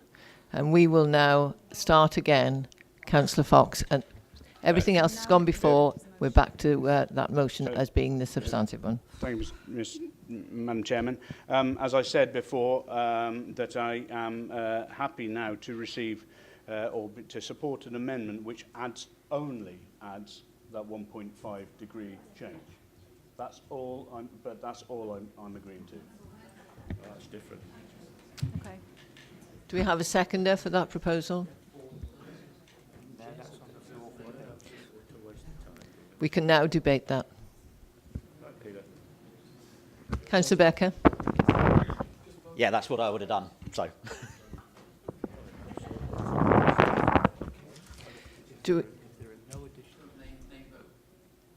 Recorded vote. Do we have 9 people who would agree to that? Thank you, that's carried. Right. If members wish, we can now put that to the vote, proceed to the vote with that. Yeah. Thank you. Councillor Petruni. Councillor Becker. Councillor Blakeborough. Councillor Brown. 4. Councillor Clark. Councillor Davis. 4. Councillor Devi. Councillor Dimmock. Councillor Eason. Councillor Edwards. Councillor Evans. Councillor Feekins. Councillor Fox. Councillor Grocott. Councillor Guppy. Councillor Higginson. Councillor Howard. Councillor Howarth. Councillor John. 4. Councillor David Jones. Councillor Penny Jones. 4. Councillor Sarah Jones. Councillor Brian Jones. Councillor Jordan. Councillor Murphy. Councillor Pavia. Councillor Powell. 4. Councillor Pratt. Councillor Roden. Councillor Smith. Councillor Strong. Councillor Taylor. 4. Councillor Thomas. Councillor Treharn. Councillor Watts. 4. Councillor Watkins. Councillor Webb. Councillor Williams. Okay. Councillor Woodhouse. Yeah, that's carried. That was clearly carried, so that now becomes a substantive motion. Move to the vote, Chair. Before, No, that's I'd like to ask Councillor Watkins if she'd like to write a reply. First of all, thank you very much. I've definitely enjoyed the fact that we've been debating this extremely important topic in this chamber. I think it's really important that we've had the conversation. It's really important that we've shown our residents that we are listening and we care. I would also like to now just throw in one little challenge as a perspective for our new cabinet member to look at this. I would like us to have a look at investing in carbon removing technology. We often have issues in our county on land, and this I think we own lots of council land, and I know our residents would actually really approve this. Carbon removing technology is trees. Let's plant some trees in our county. Councillor Watkins, this is not a right of reply. No. Can you stick to the subject, please? It's just a throwaway. I'm trying to get a few trees in at the same time. Give me a little break on that one. Anyway, thank you very much, everyone. I am looking forward to the vote now.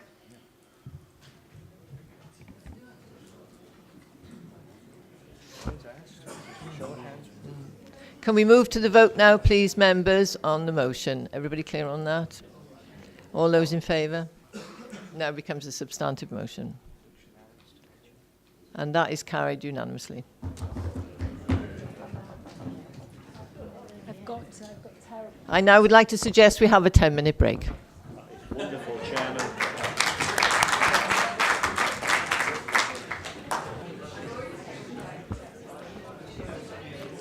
Members, can we start, please? Can I have your attention? Thank you.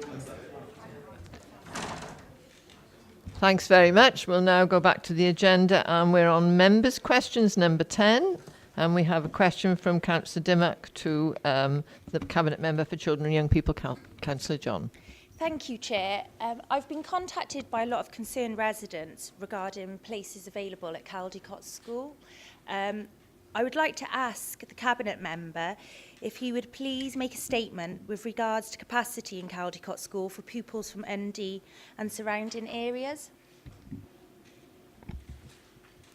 Thank you very much for the question. Caldecott School is a 1,500 place school, and from the 1st of September 2019, we anticipate there being 184 surplus places.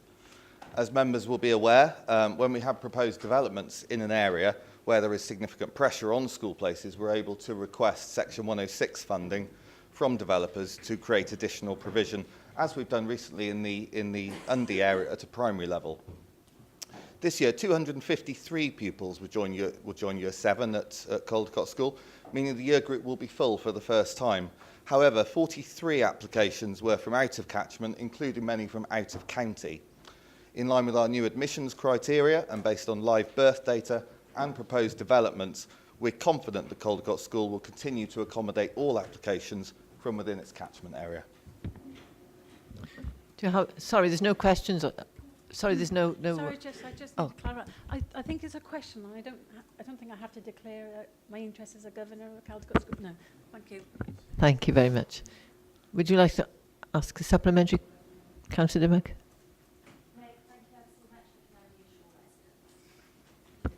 Thank you. We'll now move on then to Councillor Val-Smith's question to the Leader. Yes, as written, years of frustration, Leader.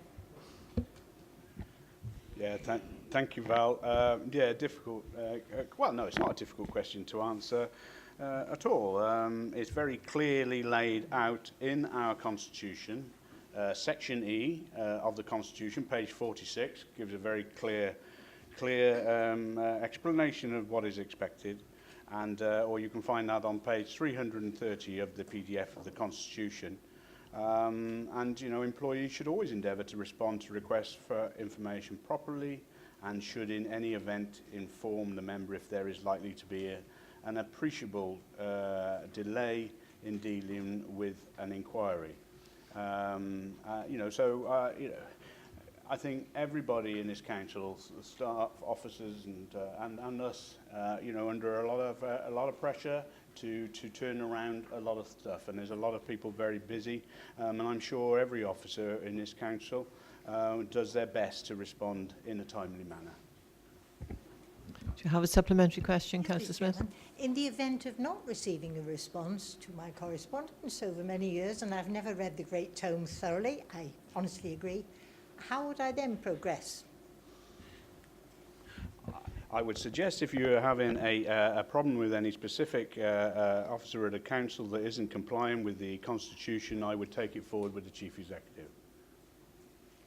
Unless it's, of course, the Chief Executive. Thank you, Jim.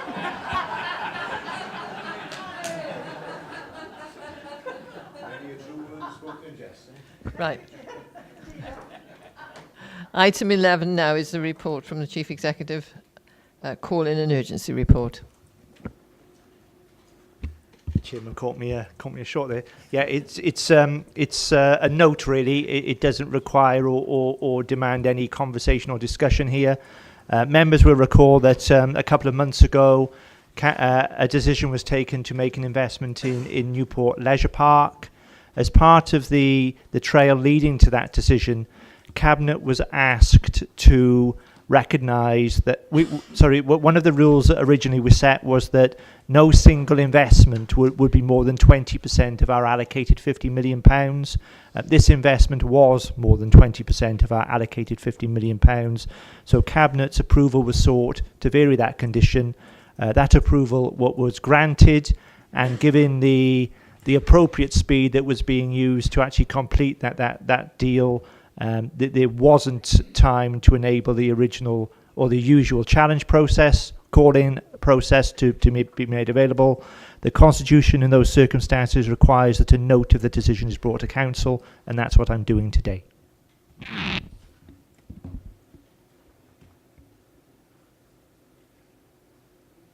The Chief Exec did say it was to be noted, Councillor Watts. I guess this might, I mean, you're going to say that, and I appreciate that, but my overall concern is we're not giving this issue proper scrutiny. So at some point, we should, as you know, elected Democrats, not Liberal Democrats, but elected Democrats, have the opportunity to scrutinise for the sake of transparency. This is a lot of money, yeah? There's been a lot of questions out there by the public about effectively how, you know, how can we borrow 50 million quid when we can't even sustain our local communities. We have 33% of the children in my ward living in poverty. And I'm sorry, you know I'm sneaking it in, so I do apologise, Chair, and I appreciate your patience. But this deserves public scrutiny. Do you wish to reply, Chief Exec? I guess the only way I can respond to that point is to say that in activating this decision, the investment committee which Council established was acting in accordance with an investment strategy that Council had agreed, and the investment committee itself is made up of cross-party membership, and in due course the audit committee has the power to review all investment decisions. So there is an appropriate system of governance in place which satisfies the Council's core values of openness and transparency, and for those elected members that choose to avail themselves of all part of that decision-making process, I believe they would be satisfied. Thank you for that explanation. Councillor Howarth. Yes, thank you, Chairman. And like Councillor Watts, I was a little bit dismayed there after questioning my leader about the side of that committee, whether it was decision-making committee or what he had to report to. I don't think there's anything there saying whether it was a decision-making committee. This council fundamentally has always asked and done what is best, and I believe, rightly or wrongly, I think the purchase, yes, it is commercially sensitive. I understand all that. I get all that, but what I don't get is actually the questions which we should be asking and will be asking should have been done prior to the purchase. And it's all right to say, the time-wise, or did we have time to do it? We would have found time, I'm sure, as members, to put that in a slot, to have a full and open, frank debate about it on a closed session would have been valuable. And I think, like Councillor Watts, do we trust where we are nowadays? I'm sorry, but we can take it as it is, but I don't believe even the Cabinet has the authority to do what they've done there. And I'm sure the auditors out there as well, because if things go wrong, it won't be this council, or it won't be me who'll be taking the can, it'll be everybody else who'll take the can. And like members here, opposition members, yes, we're there to scrutiny. And so is the leading group as well. Every one of you to ask the questions. And I'll ask the question now. Did the Chair of Economic Development ask for this go to select committee?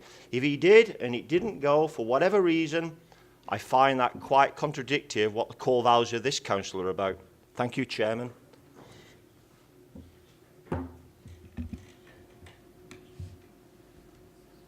Thank you for the comments. We'll move on now to the Chief Officer for Children and Young People's annual report. Mr. Will McLean. Chairman, do I get an answer? You've moved on. It wasn't a question, Councillor Howarth. It was more of a statement. No, I know. I asked, did the Chair, was the Chair asked, or did the Chair ask, for that to be scrutinised, the decision? Well, we can ask the Chair outside of this meeting and find out what the response is. Thank you, Chairman, and thank you, Council, for the opportunity to present my Chief Officer's report to you today. This, just at the outset, for me to say really, is my reflections on the past year for education and the children and the services we offer to our children and young people.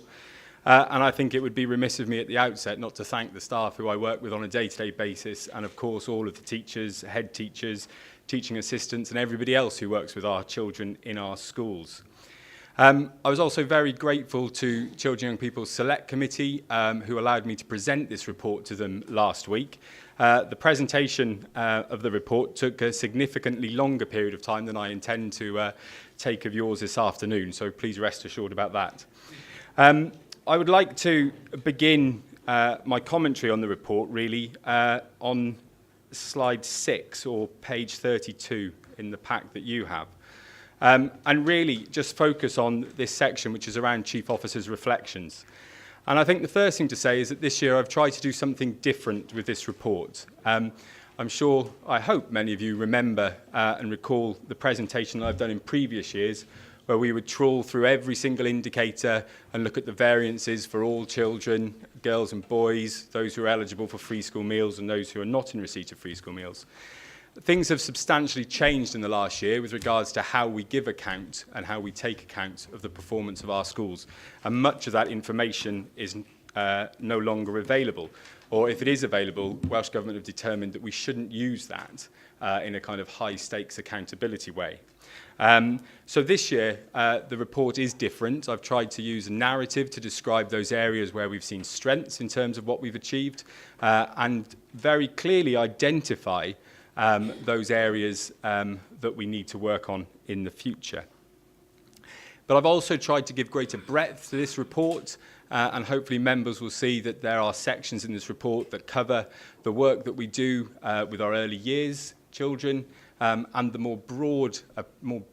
broader approach we take to supporting young people through our youth services and so on.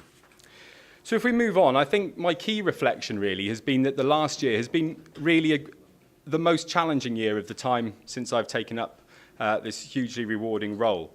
And I think that it's really important that I share my honest reflections on, as to why it has been a more challenging year for me and the team that I work with. And I think on page 33 you see set out quite clearly, really important point, that for the first time we haven't seen that continuous improvement in outcomes for the whole student population. In particular, last year we saw the foundation phase move away from a trajectory of improvement, which it's seen over the last period of time, and at our key stage 4, that critical time when our children leave statutory education and determine what they want to do with the next steps in their lives, we saw performance fall back. And that was particularly disappointing because in the first year of the new GCSEs in 2017, we had performed very well and had performed above the Welsh average and significantly above other local authorities in Wales who we'd compare ourselves to. However, we're in changing times, and whilst that level 2+ indicator was disappointing, as I note in the second paragraph, with the new CAP 9 measure, we saw Monmouthshire maintain strong performance. It wasn't as strong as perhaps we would have liked it to have been, but I did note that we were the only authority in Gwent who performed above the Welsh average on that new key measure that we'll see taken forward. And on the feedback from CYP Select Committee, I've just set out in the bottom there in italics what the CAP 9 measure is and how that will be calculated in future years. The other point just to make about progress last year was with regards to the categorisation process. So this is the process whereby, in consultation with ourselves, the EAS determine the level of support that's required of our schools in order to ensure that they make good progress. Last year did see more volatility than we've seen in previous years. I think one very positive thing to recognise is that in our secondary settings, 2 of our secondary schools are now categorised as green. That is a third of all of the green secondary schools in the EAS region are in Monmouthshire. So there are 6 green secondary schools and 2 of them are here in Monmouthshire, which I think is really strong. However, in our primary settings, we did see more volatility. Part of this was because we moved away from a challenge advisor assessment and we moved to a different process whereby schools were assessed by a group of their peers. I think by any definition that was a more rigorous process, and we saw schools move from green to yellow categories. We also saw some of our schools move from green to amber categories, so we saw that shift. However, we also saw some schools maintain very, very good rates of improvement, and they continued their progress from red category in one case all the way to green, and I think it's important that we recognise that. Just before I move off this page, I think the other correlation and the other triangulation point we use is how well our schools are doing in the ESTIN inspection framework. There's a slide on this, and my narrative around it to this chamber over the past couple of years has always been that whilst we don't see the same level of unsatisfactory judgments as the rest of Wales, we sadly don't see the same levels of excellence that we would perhaps expect from our schools. However, today I'm really pleased to be able to say that the Shire Newton Primary School report was published by ESTIN, and that primary school's report identifies 3 areas of excellence. And to see those noted for the first time around well-being and attitudes to learning, around teaching and learning experiences, and about leadership and management really does demonstrate that the schooling system is beginning to move in the right direction.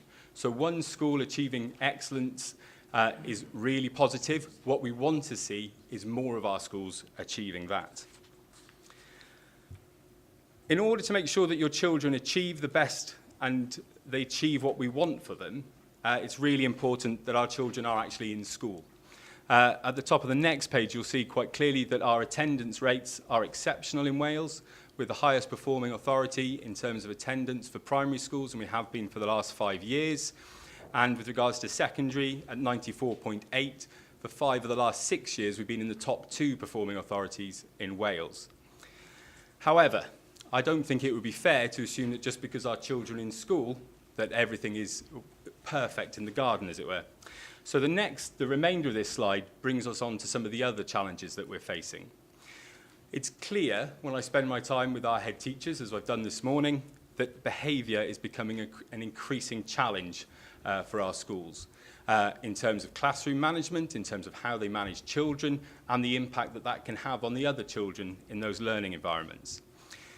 Now, I think one thing that we recognise very clearly is that bad behaviour or poor behaviour, challenging behaviour, however you classify that, is never presented as a cause. It will always be symptomatic, and there will always be something behind it.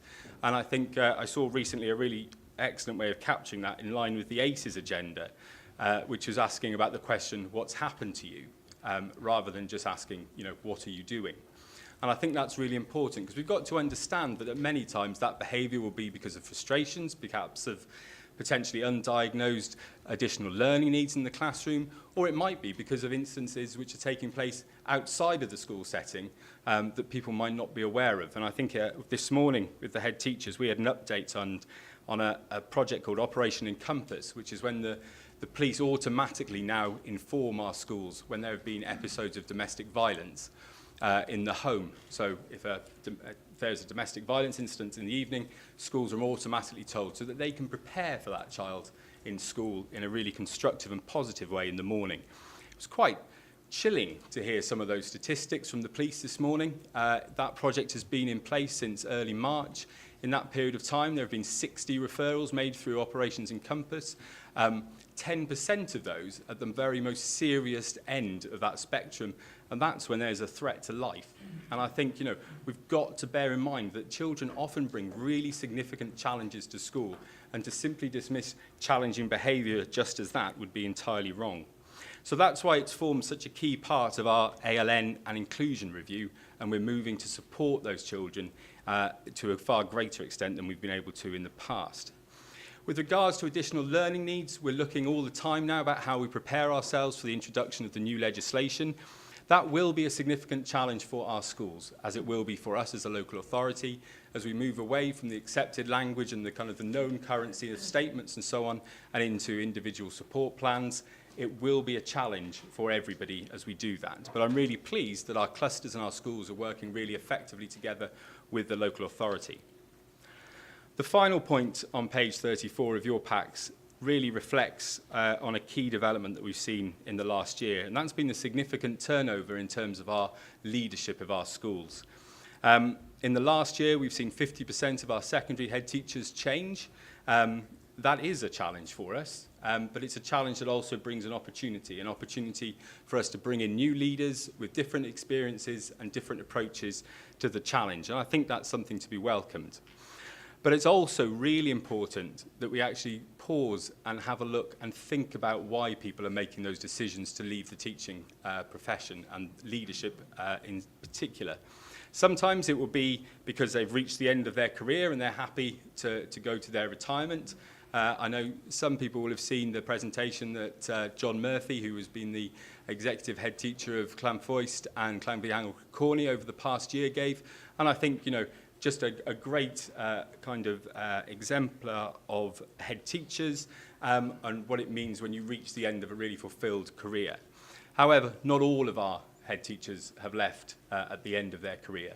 And I think it's really important that we understand the pressures that they work under, the challenges, and we do all we can to support them, whilst making sure that we challenge them and make sure that they're giving the children that they're working with on a day-to-day basis the very best education that they can. Now, just moving on to the latter part of my reflections, really, I think it would be entirely remiss of any chief officer not to reflect on the huge changes that are taking place in Welsh education. The end of April saw the publication of a brand new curriculum. It's the cornerstone of the national mission, and it will be a challenge for all of our schools about how they respond to a whole new curriculum, a curriculum that's based on having 4 core purposes rather than being one which is predicated on the coverage on a number of subject areas. And it's a curriculum that will be built from the bottom up by the schools, by expert teachers thinking about how they want to engage their students in a really meaningful way. So the challenge for us is that whilst we want to empower our teachers, we want to empower our school leaders, we also really have to ensure that we retain an equitable provision across the whole county. And that's going to be a challenge about how we think about that and how schools prepare for it. My concluding points are about the importance of partnership. And I think it's really important that we don't lose sight of what we achieve in our schools is always a partnership. Fundamentally, it's a partnership between our teachers and our parents in terms of how their children arrive at school ready to learn and keen to learn.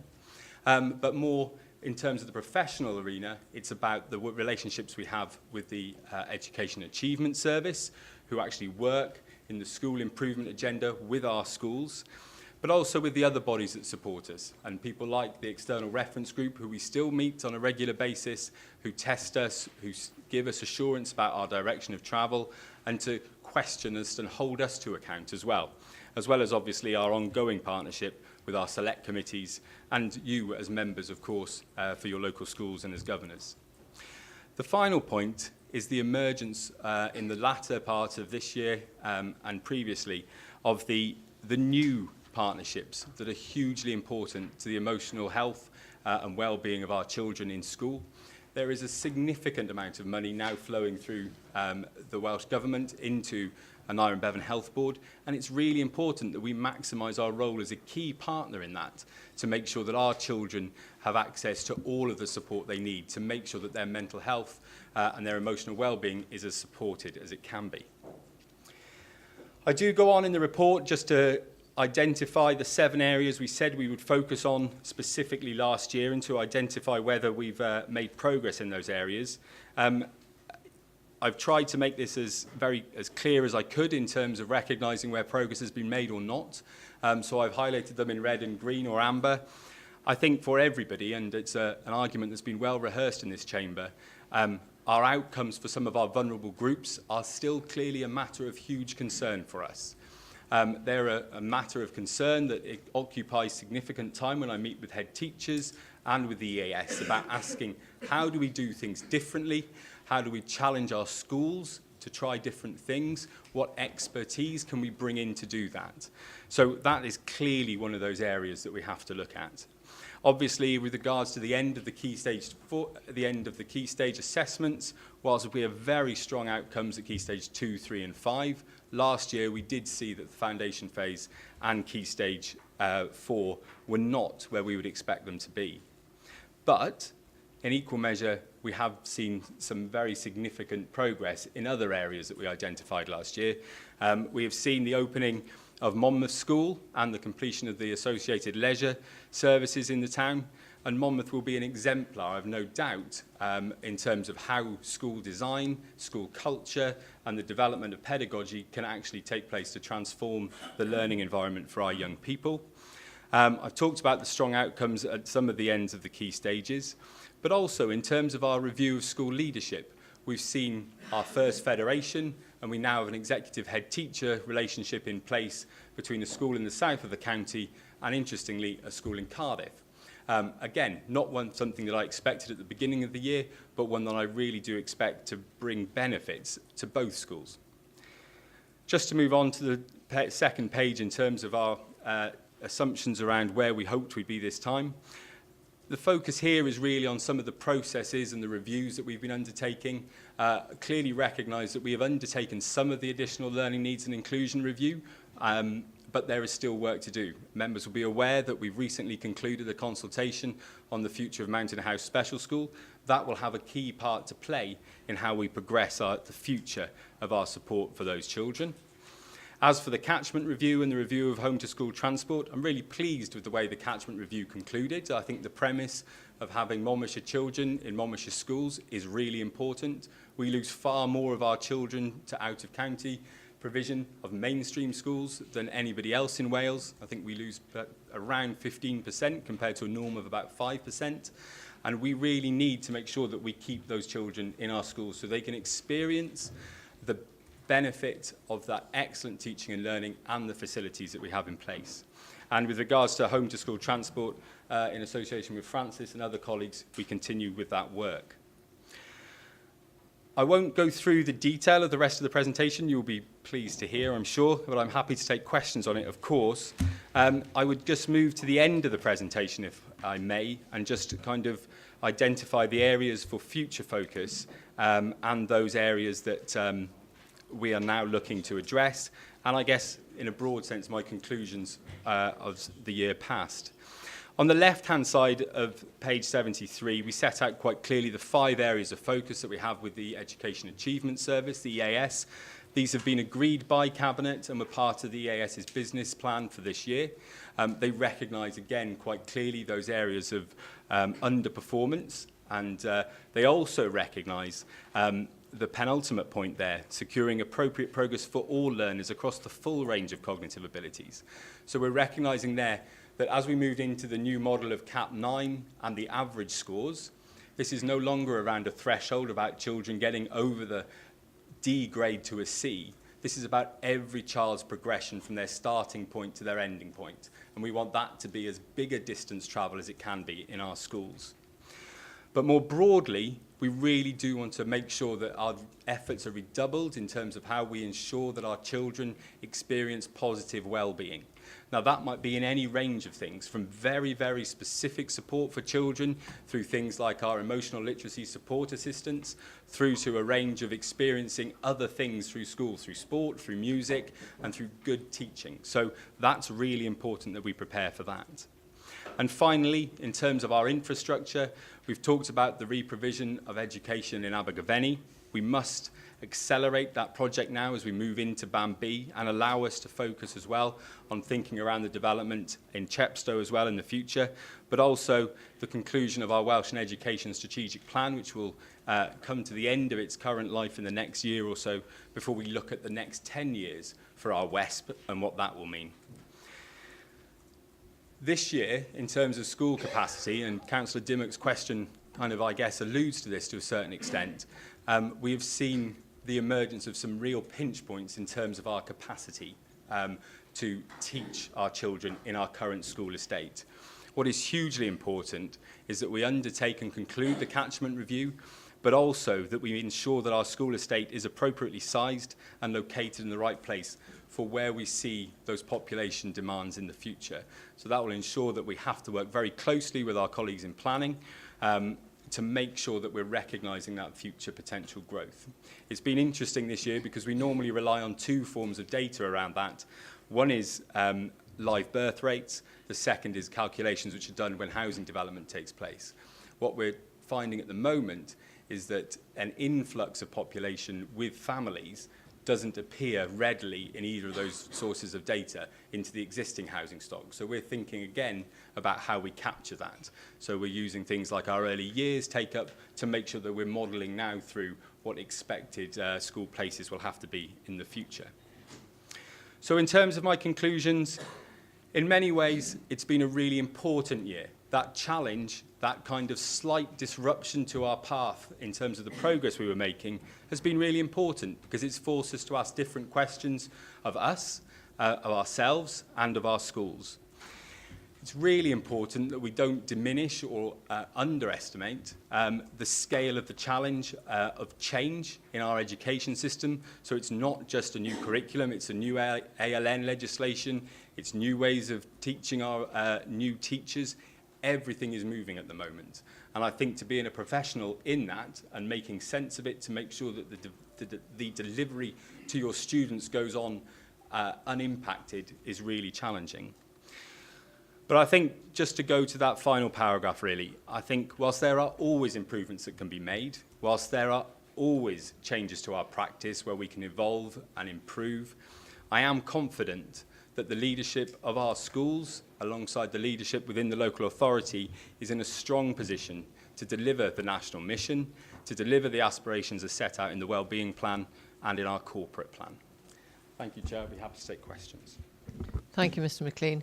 If I could just point out that this has, all this information has been gone through in great depth at the Children and Young People's Scrutiny Committee, and Mr. McLean has put an awful lot of information in these slides for us to take away and read.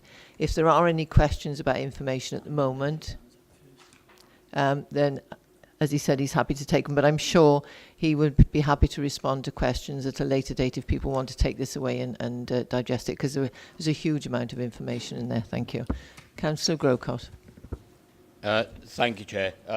Yes, I have had a chance to digest it already, and so I can come back perhaps a little less, more unencumbered than I used to be to ask the questions. Areas for focus, the second one. Ongoing focus on vulnerable learners. It certainly is ongoing. On the 2 years I've been on the council, it has raised its ugly head each of those years, and it still continues to. Whether we're looking at young carers, at children who are in the care of the local authority, at children who qualify for free school meals. All of these youngsters are now trying to improve with fewer resources available to them because of the funding cuts in real terms that have been going on in our schools since I joined this council. We are now still in a situation where our free school meals children, and Mr. McLean has got the good grace to put this in red. Our free school meals children are performing worse than any others in Wales at the end of Key Stage 4. It is certainly not the fault of teachers or of heads or indeed of Mr. McLean. It is a fault of a lack of resources that year on year is leading to a cut in provision for our most vulnerable children, and the results are clear for all to see. We are going as a council to have to address this issue if we are going to ever make any progress in that area for focus. And I'd like to ask Mr. McLean what plans he has to try to improve that while he has not got any additional resources to allow him to do it.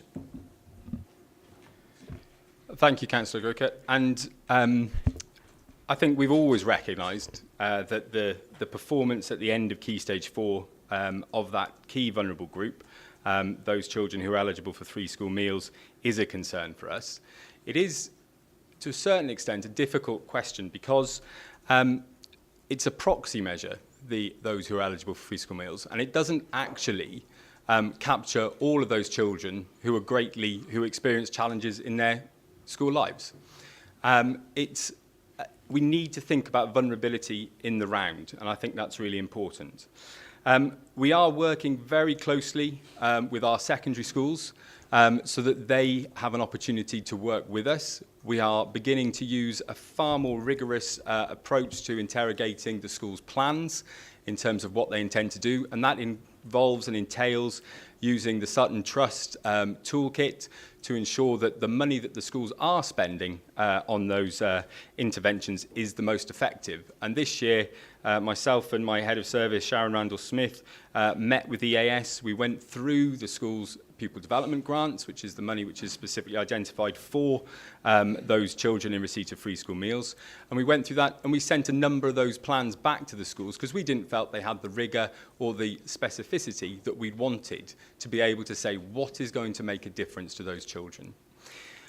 I can say with a significant degree of confidence, having met with the secondary head teachers only in the last week, that they are absolutely committed to this agenda. We have discussed this morning with all of our head teachers across Monmouthshire an approach that will see a cluster-led response. So the clusters will work together so that they can be an identification of vulnerable children in primary schools so that that transition into secondary schools can be more robust. And it's one that has our absolute attention. It's a challenge that whilst it shows very starkly in Monmouthshire, and I wouldn't dismiss that or debate that for 1 second, but it's a challenge that all local authorities in Wales face. Now, it is actually the case that there is a gap in all local authorities and there is nowhere where the FSM population outperforms those not eligible for free school meals. So we will continue to do all we can to address that to the best of our abilities. Thank you, Chair. I'll keep mine to questions, Chair. I'm disappointed to hear what Will said at the end of his report, but I thank him for the report and I thank all the teachers and teaching assistants as well for all their hard work over the year. Can you explain why we are the worst in Wales for free school meal performance pupils at GCSE level? Can you give me actual concrete indications of why that is the case? Can you explain to me why there's not a single mention of social justice in your report? Are you speaking to that area of portfolio? They're clearly interlinked, as the Cabinet Member for Education said to me. Education is one of the key ways out of poverty. 3 or 4 months ago, I believe the Cabinet Member said to me, but there's no mention of social justice in the area, no discussion about liaison in that area, given that the recent report come out by End Child Poverty Now, over 4,500 children in Monmouthshire are in poverty, and we're failing them on GCSEs, and we're not talking about them at social justice level in your report. On the new capped course system, cap 9 point system, it says that we will be judged on similar schools with similar socioeconomic backgrounds. Can you just tell me which schools they are, out of interest or intrigue, or if we don't know, when will we know? Fixed term exclusions are up. Do you not think there's a correlation between us trying to mainstream a lot more pupils to save money, cutting more and more budgets to schools to deal with children who have a lot of needs and need a lot of support, and teachers losing staff, losing teaching assistants, and now going to the last resort of excluding them?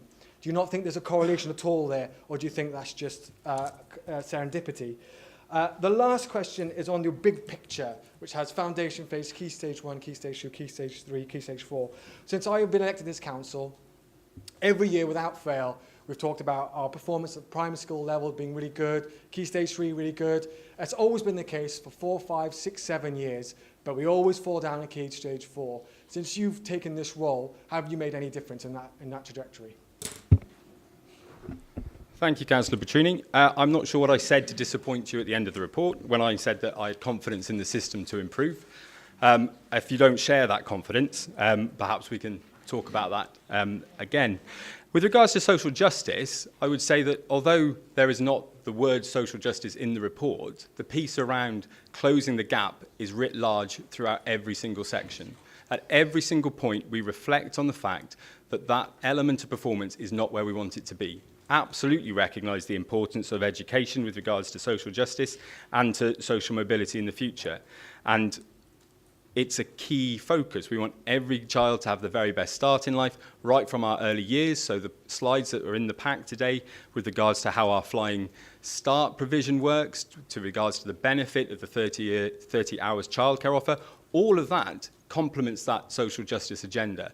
So I haven't brought it out. This is my reflections in my format. So I haven't brought it out specifically, but I think we can see evidently those hooks and those strings throughout this presentation that pick that up.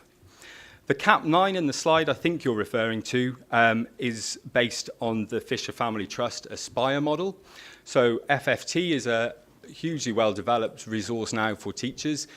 What it does is that it models children, it compares children to children who are very similar. So the model which I've shown you in the pack today is the most challenging comparison that we can have. So what that takes is a child's starting point at the end of Key Stage 2, and for the contextual value added, we'll compare statistically to children who are of the same age, the same sex, who have the same level of English acquisition, who have the similar level of free school meals, who have experienced the same level of school mobility, i.e. how often do they move school. And it will also then layer on top of that the type of school that they attend. So that would be done on the premise of the percentage of free school meals children who are in those schools. I am disappointed always by the levels of fixed term exclusions. We work very closely with our schools. We challenge our schools around those levels of FTE. But I think it's wrong to conflate additional learning needs who are supported by teaching assistants in the classroom with disruptive behaviour. And I think it's really important that we understand that there are two different things. And we've got to understand the patterns of who is being excluded on a fixed term basis, the number of children, how long those instances are. And much of that information is in the report. It's something we'll be doing more work on now with Richard, and I expect to take a report back through to the Select Committee in the coming months, so that we've got a better idea as we come to the end of this year what the patterns have been and what are our secondary schools, because it's a particular issue in our secondary schools, excluding pupils for. We are looking, and from this September onwards, we are investing in an additional teacher and TA in every secondary school, and additional HLTA to support children who aren't educated in school, to ensure that we have a county-wide graduated response to challenging behaviour, which will ensure that we have very clear expectations around what should happen in the classroom. We have very clear expectations about what should then happen in a support unit based within the school. And then beyond that, we have very clear parameters around escalation to off-site provision, and beyond that, potentially even to a pupil referral service placement. The issue around Key Stage 4 performance is one you talked about us not kind of making the progress, or in terms of the poor performance at the end of Key Stage 4. I just point out that for, I think, 4 of those 5 years that are on that slide, we've been the top performing authority in Wales. I don't think that that necessarily equates to poor performance. Now, I'm really clear in this chamber that it's not at the level we want it to be, that the gap is too big. It drops this year, absolutely. And we've been really clear that there were a set of circumstances. It didn't fall across all schools, but there were some very, very significant impacts this year. And this year is the first one. We'd seen that kind of plateauing at 67% for 3 years. 2017 is a new set of GCSEs. It's not actually comparable to 2016 or what's gone before. So we have seen that fall this year. I hope, and we have been working with our schools to gain an understanding of where the pupils are this year, that we will see an increase in our performance in the CAP 9 at the end of this academic year.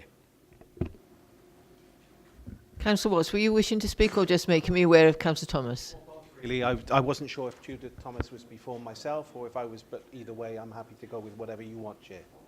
So as I'm standing up on my feet, I am being polite today, Chair, as it's your first innings, really. My question is really, is that, so there are a lot of, obviously you're facing tremendous pressures. The story isn't all good. There are obviously clear signs of good practice, and I genuinely hope that continues, but there are also signs of weakness and kind of almost kind of retrospective deterioration, if that's a sentence.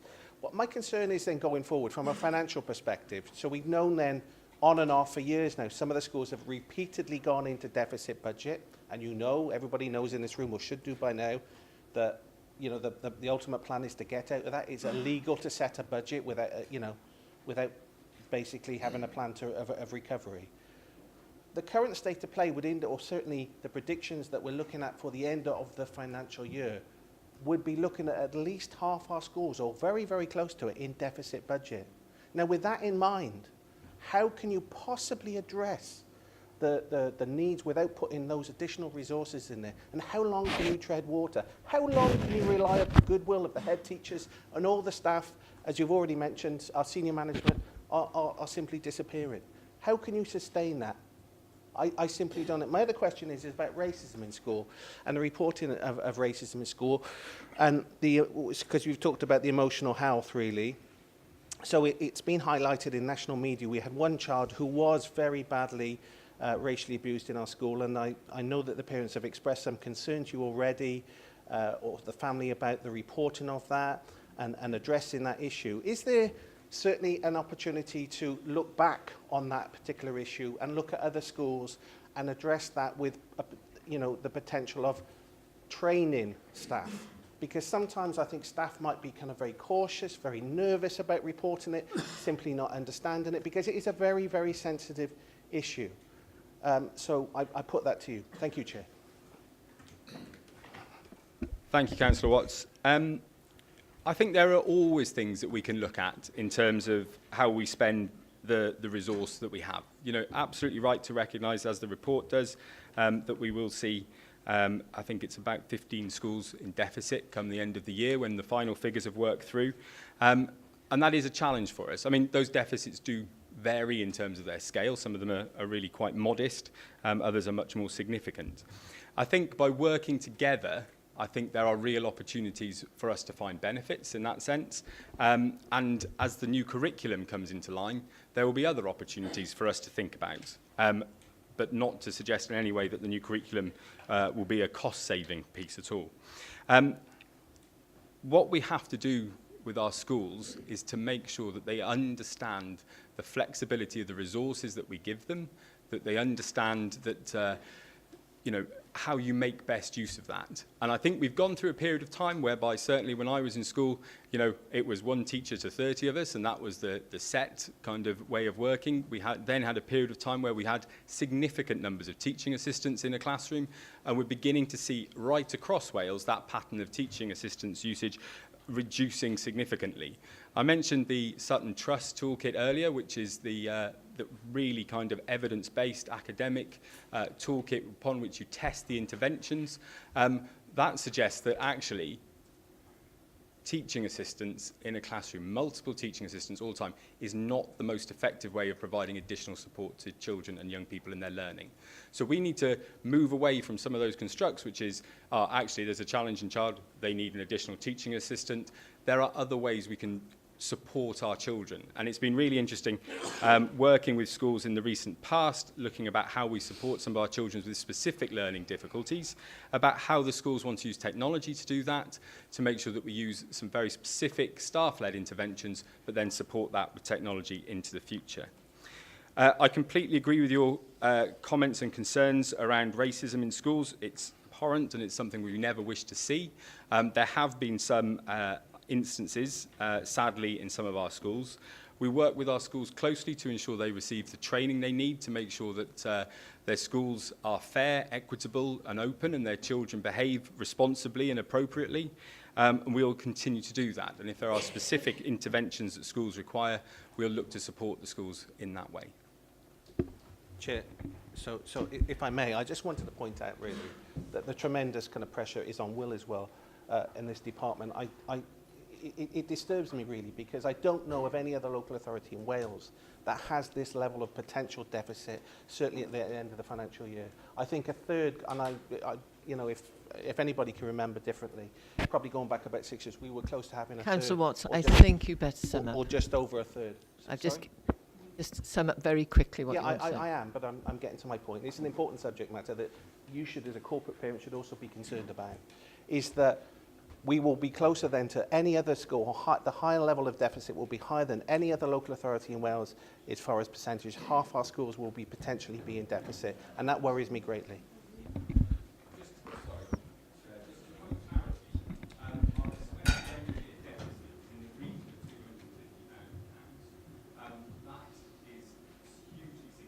Less than many other schools' collective deficit of an individual school. So I think what we mustn't do is conflate the number of schools who are in a deficit with the actual cumulative deficit position, because that's the challenging part.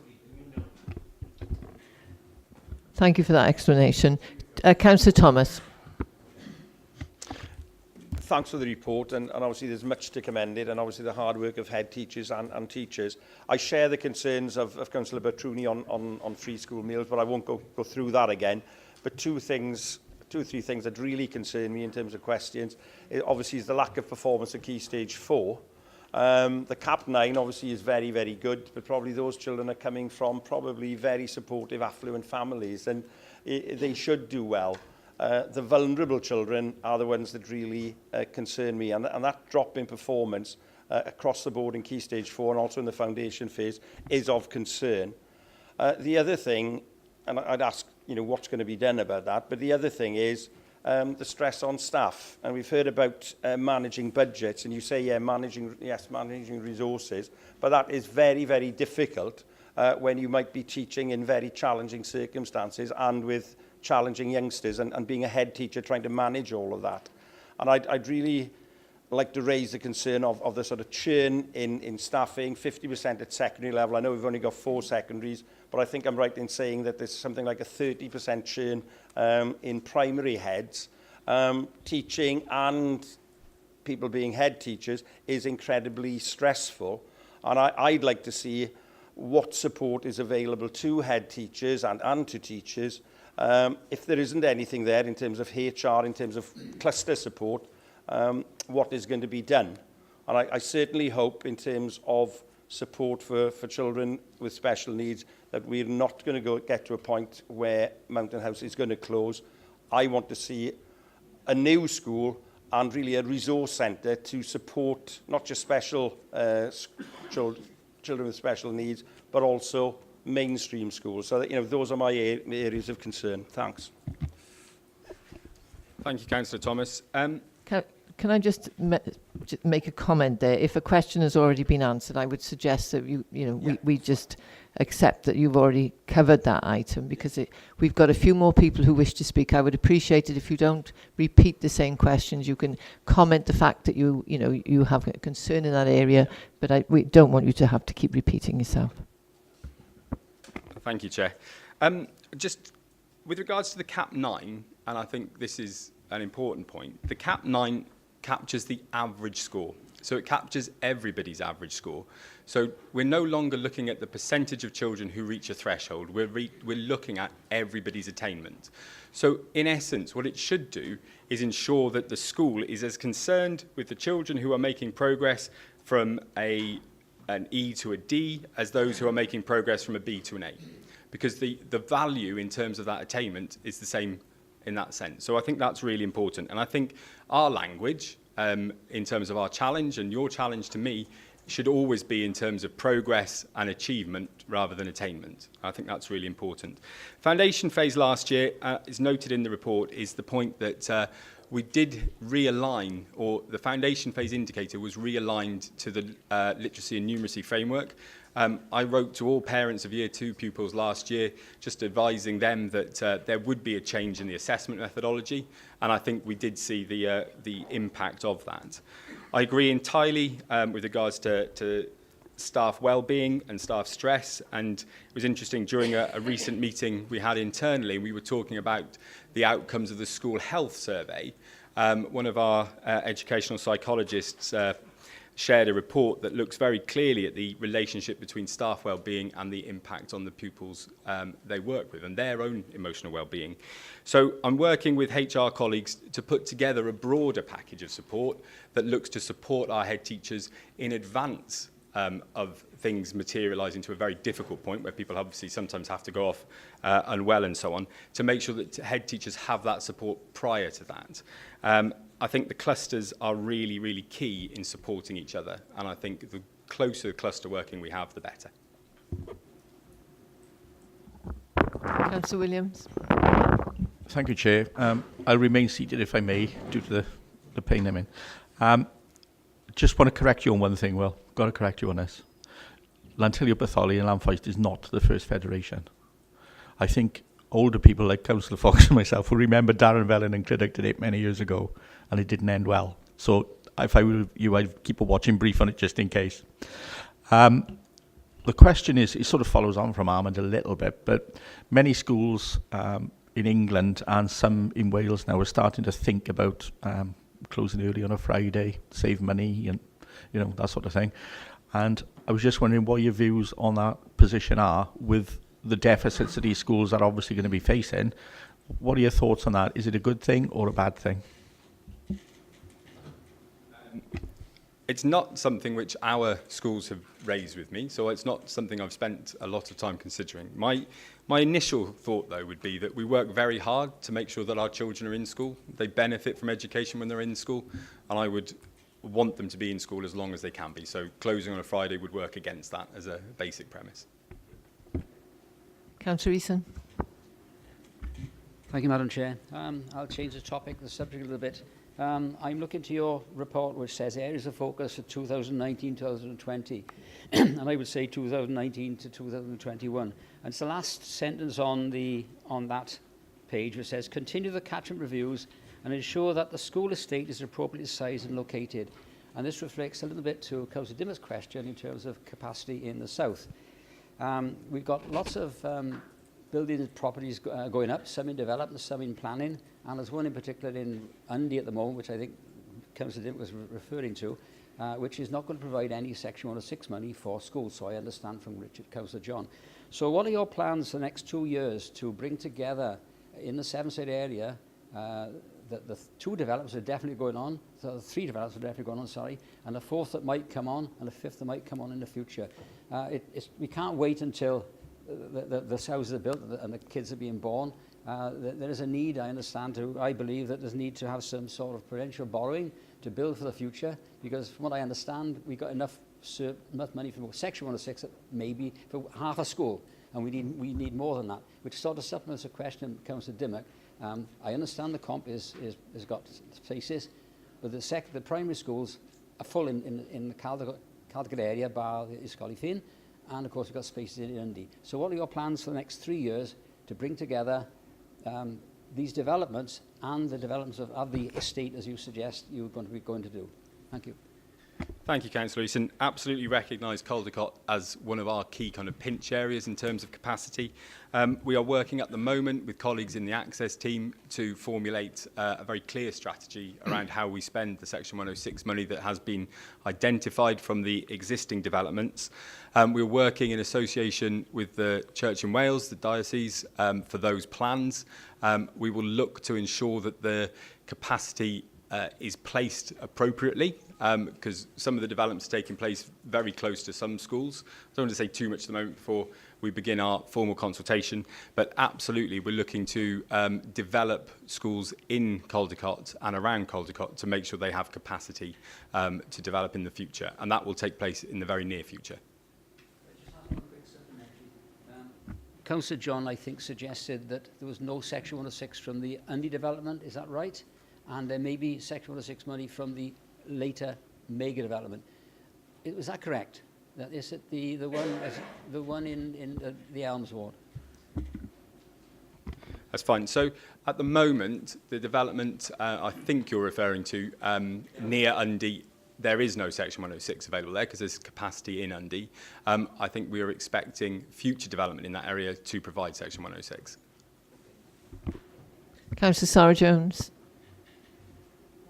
Thank you, Chair. And it's just to address 2 points that Councillor Petruni made around social justice and poverty, and just building on the points that Will made. I mean, yes, while social justice isn't explicitly stated or noted in the report, it's quite clear it's inextricably linked to everything in here. And there's huge sections of the report itself which addresses how we're going to support vulnerable learners and vulnerable groups.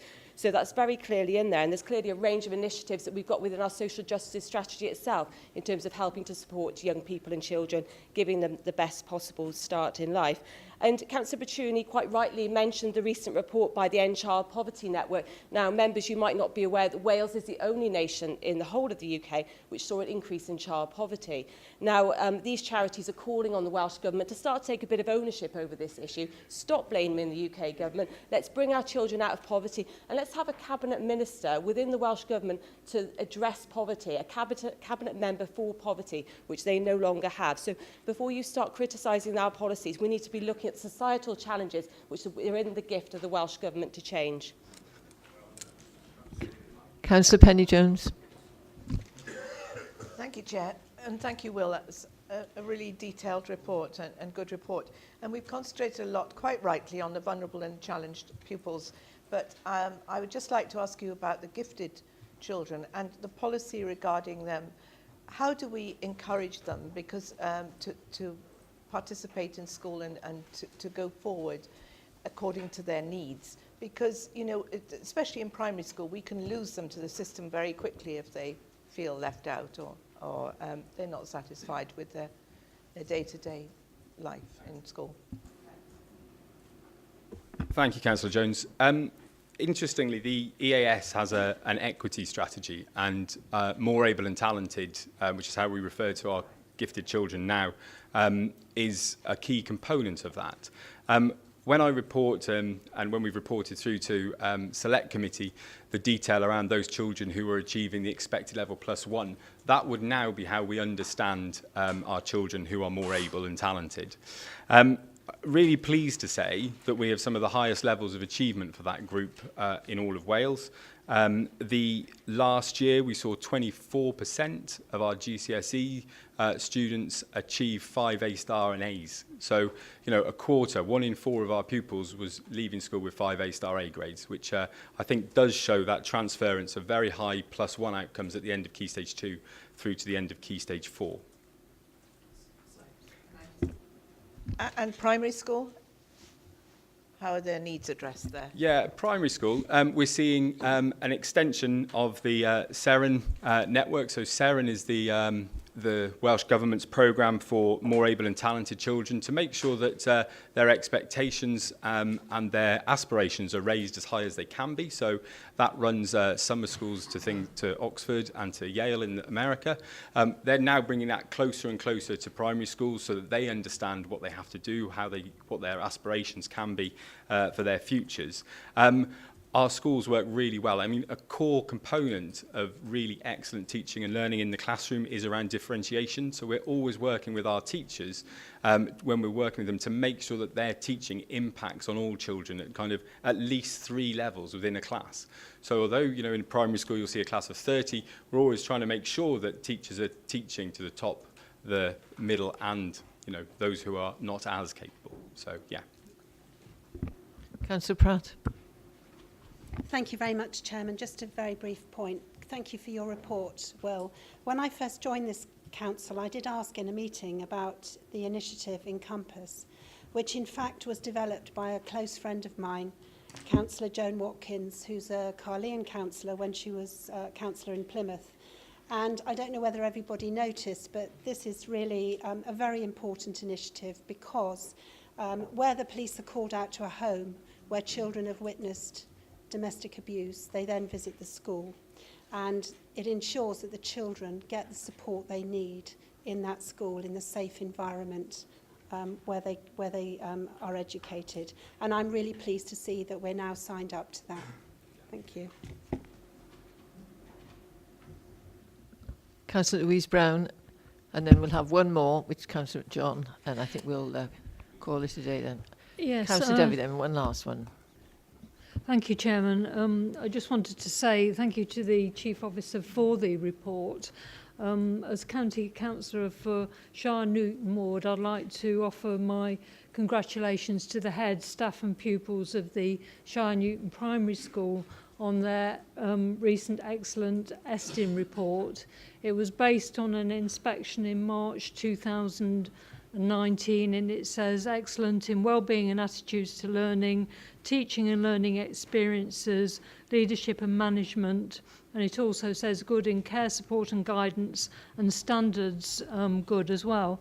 It also then suggests on what happens next that Estin will invite the school to prepare a case study on its work in relation to sharing expertise across the cluster of schools and to developing independent learning in the foundation stage for dissemination on Estin's website. Councillor Brown, is this a question? Yes, I'm just coming to the question, thank you.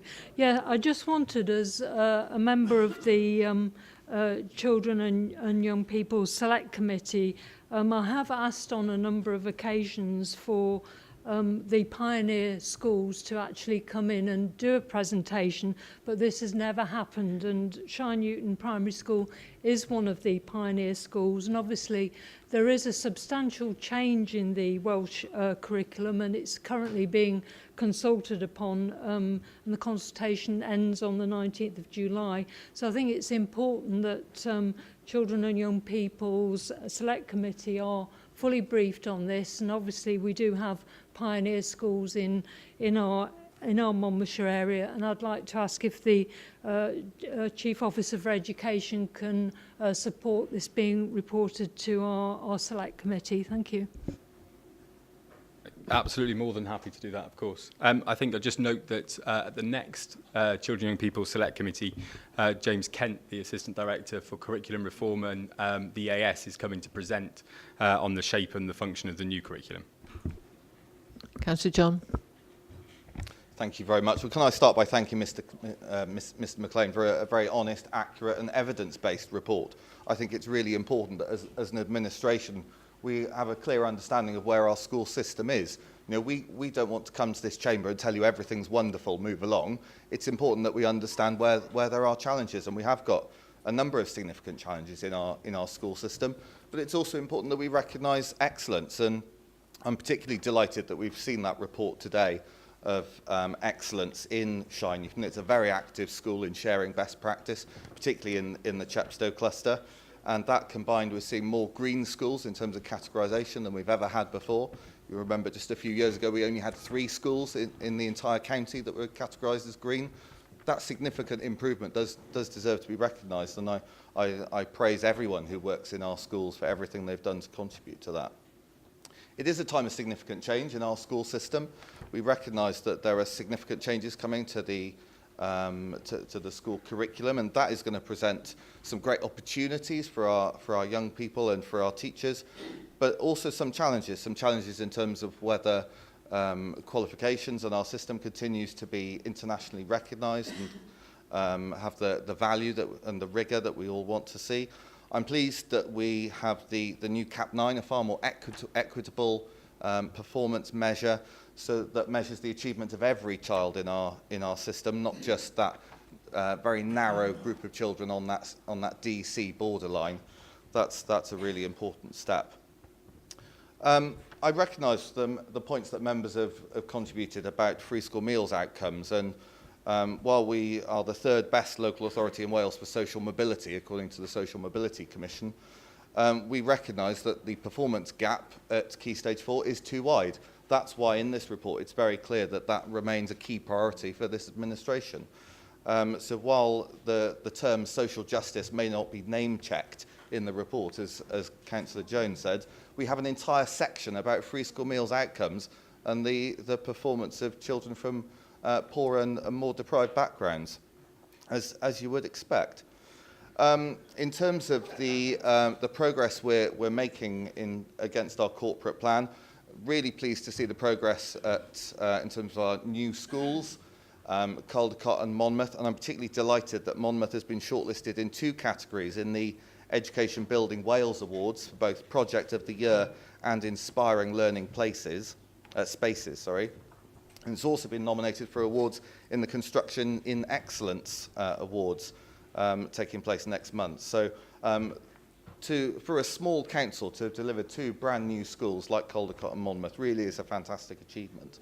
And I pay tribute to the hundreds of staff, of workers who've helped deliver those. In terms of the contributions that that members have made. Councillor Easton, you'll recall the meeting we had a couple of weeks ago that I attended at Caldecott Town Council, and we were very clear that there is a significant sum of Section 106 money that we'll be holding a consultation on later this year about where that is best spent to increase capacity. While we have surplus places at a number of schools in the Caldecott cluster, we recognise there is significant pressure there, so we will be holding that consultation later in the year about where that increased capacity needs to go. I also note the conflict in the contribution of a number of members from the opposition about that we should praise teachers for the excellent outcomes, but at the same time, where free school meals outcomes are underachieving, that's solely the blame of the local authority. I don't see quite how the two sit side by side. But in terms of funding, we've been very clear. We're disappointed that we're the lowest funded local authority in the country. We're disappointed that we don't get a fair share of the pupil development grant, of the education improvement grant, which in itself has been cut. But despite that, we put as much money into schools as we possibly can. Education funding is increased as a proportion of the council's budget. And there are a number of schools. I went to see Risker Primary School last week, and they spend less per pupil than in many of our primary schools. Councillor John, Yet that is in view of the time, do you think we could... Yeah, I've got one more point I want to make. I'll just finish my point on funding. So funding isn't the be-all and end-all, but clearly we put as much money into schools as we possibly can, and I don't understand where the Labour group expect us to get more money from.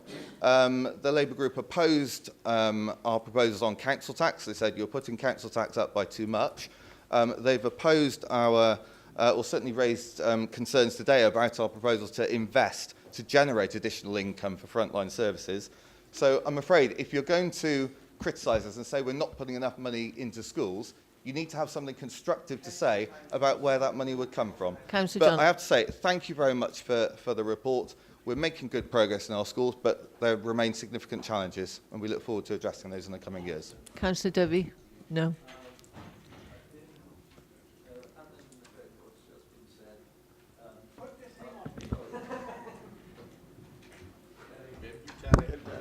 Having heard the recent response to the recent couple of questions, I'll pass then. Thank you very much.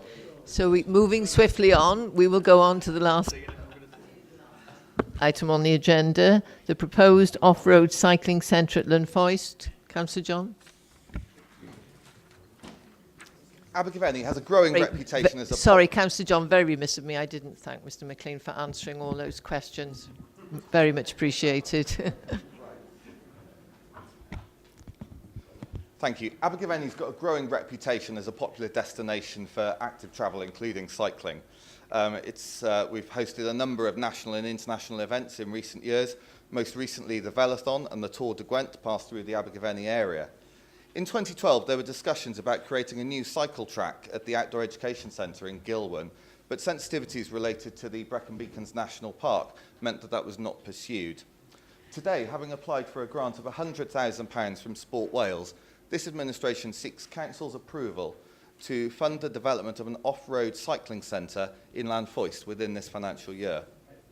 This money will fund the development of the full business case and the related groundworks, ecological and transport surveys and other works associated with the planning application, which we hope to submit later this year. We're proposing a professional standard cycle track of around 7 metres wide and between 1 and 1.5 kilometres long. The track could be used for community use, including cycle proficiency training for local primary schools. We anticipate a high level of demand locally, with 24 cycling clubs and 1,200 British cycling members within a 20-mile radius of Abergavenny. Following on from the discussion we had earlier about climate change and the discussions we've had over many months about a preventative approach to public health and well-being, we're committed to improving access to cycling. And if approved today, this proposal will be a step towards a greener and healthier Monmouthshire. Is that proposal seconded? Oh, thank you. Thank you, Chair. Thank you, Chair. I'm disappointed that we can't, as a county, look at the whole of the county in terms of well-being. Yes, fine, go for a grant, but we need to be looking at grants for other areas in the county encompassing the same aspirations and ambitions you've got. I can name various places in the south of the county where equally we need developments to help the youngsters keep fit and make sure they're healthy and well looked after. It's okay saying we can do one in Abergavenny, but we need to look at the county as a whole. I would say particularly we need to look at Caldicot and that area, but if we don't do it as a county, I think we're off-piste, and I think we should be looking at a county-wide scheme whereby we can look at aspirations for everybody and aspirations of us as councillors for the future. Councillor Howard. Thank you, Chair. Noting Caldicott's new school, given the current and recent planning, you can only abseil off it. Given the current and recent planning history in Landfoist, I have to admit that my first instinct was whatever next. And to be honest, I was a little bit annoyed since I hadn't heard anything about the project until I saw the draft report circulate at the end of April. However, I have to thank Mike Moran because he was kind enough to meet with me and Ian Saunders on site, and that was extremely useful. No one could deny the popularity of cycling, and an off-road track like this would be a great safe space, and particularly for youngsters. And a couple of years ago, I supported the previous proposal that Councillor John referred to at Gilwern, and in particular, a strong business case was made because of the direct link both to and in support of the existing facilities there. And although the context is different, I have no objection to the undertaking of a feasibility study, but it would be remiss of me as ward member not to flag up a few significant concerns. And since the track would be just that and not involve much in the way of above-ground structures, I'm less concerned about landscape impact, particularly since the site will be wedged between the tip compound and a section of higher ground. However, Landfoist has experienced a disproportionate level of development, and I'm sorry you've heard me say that before, and I'll probably say it again. So the concerns of residents that the village has become some sort of easy solution for development that won't fit in Abergavenny or elsewhere is understandable. I'm aware that the project will have to go through PAC before a planning application, but the key issue must be that the scheme will not disadvantage existing residents by way of traffic generation and parking, noise to neighbours and light overspill. It's imperative, therefore, that these matters are clearly evidenced and dealt with beforehand, and I look for confirmation from the officers or Councillor John that this will be the case. Councillor Watts. Yes, Chair. Well, it was only just to add what Tony says. I mean, I think the South makes a good case, really. I think with population growth, and we talk about sustainability, certainly, you know, the increase in the popularity of cycling is increased massively. There are lots, Councillor Pavey is not here, but there are lots of cycling clubs that rock up in Chepstow town on a Sunday or a Saturday. They travel some distance, and they make Chepstow a destination as part of it. And actual fact, very soon, Chepstow will be the only destination that you'll be able to kind of cross over successfully with a bicycle with the 345 houses they've built to choke Chepstow into oblivion. Thank you, Chair. Councillor Pratt.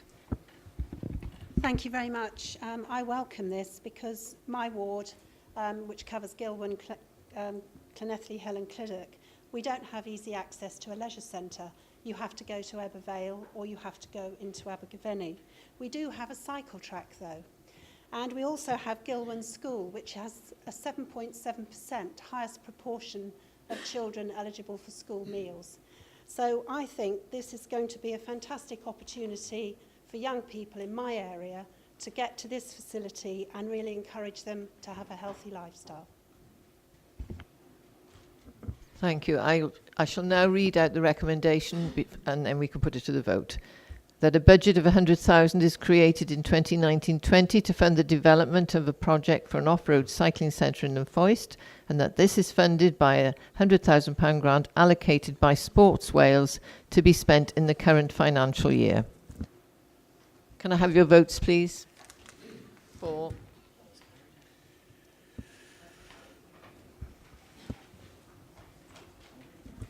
Last item on the agenda is the minutes of the last meeting. Move.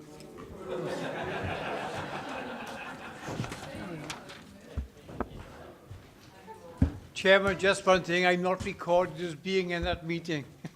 So, nowhere, so if you could put, if that could be corrected. We will arrange for that alteration. Thank you. Madam Chairman, can I congratulate you on your first meeting? I think you did a wonderful job of managing. Just had an email from my son's school. He's had a Pollock in. Poor kid in his class. He's been buying him lunch. Yeah.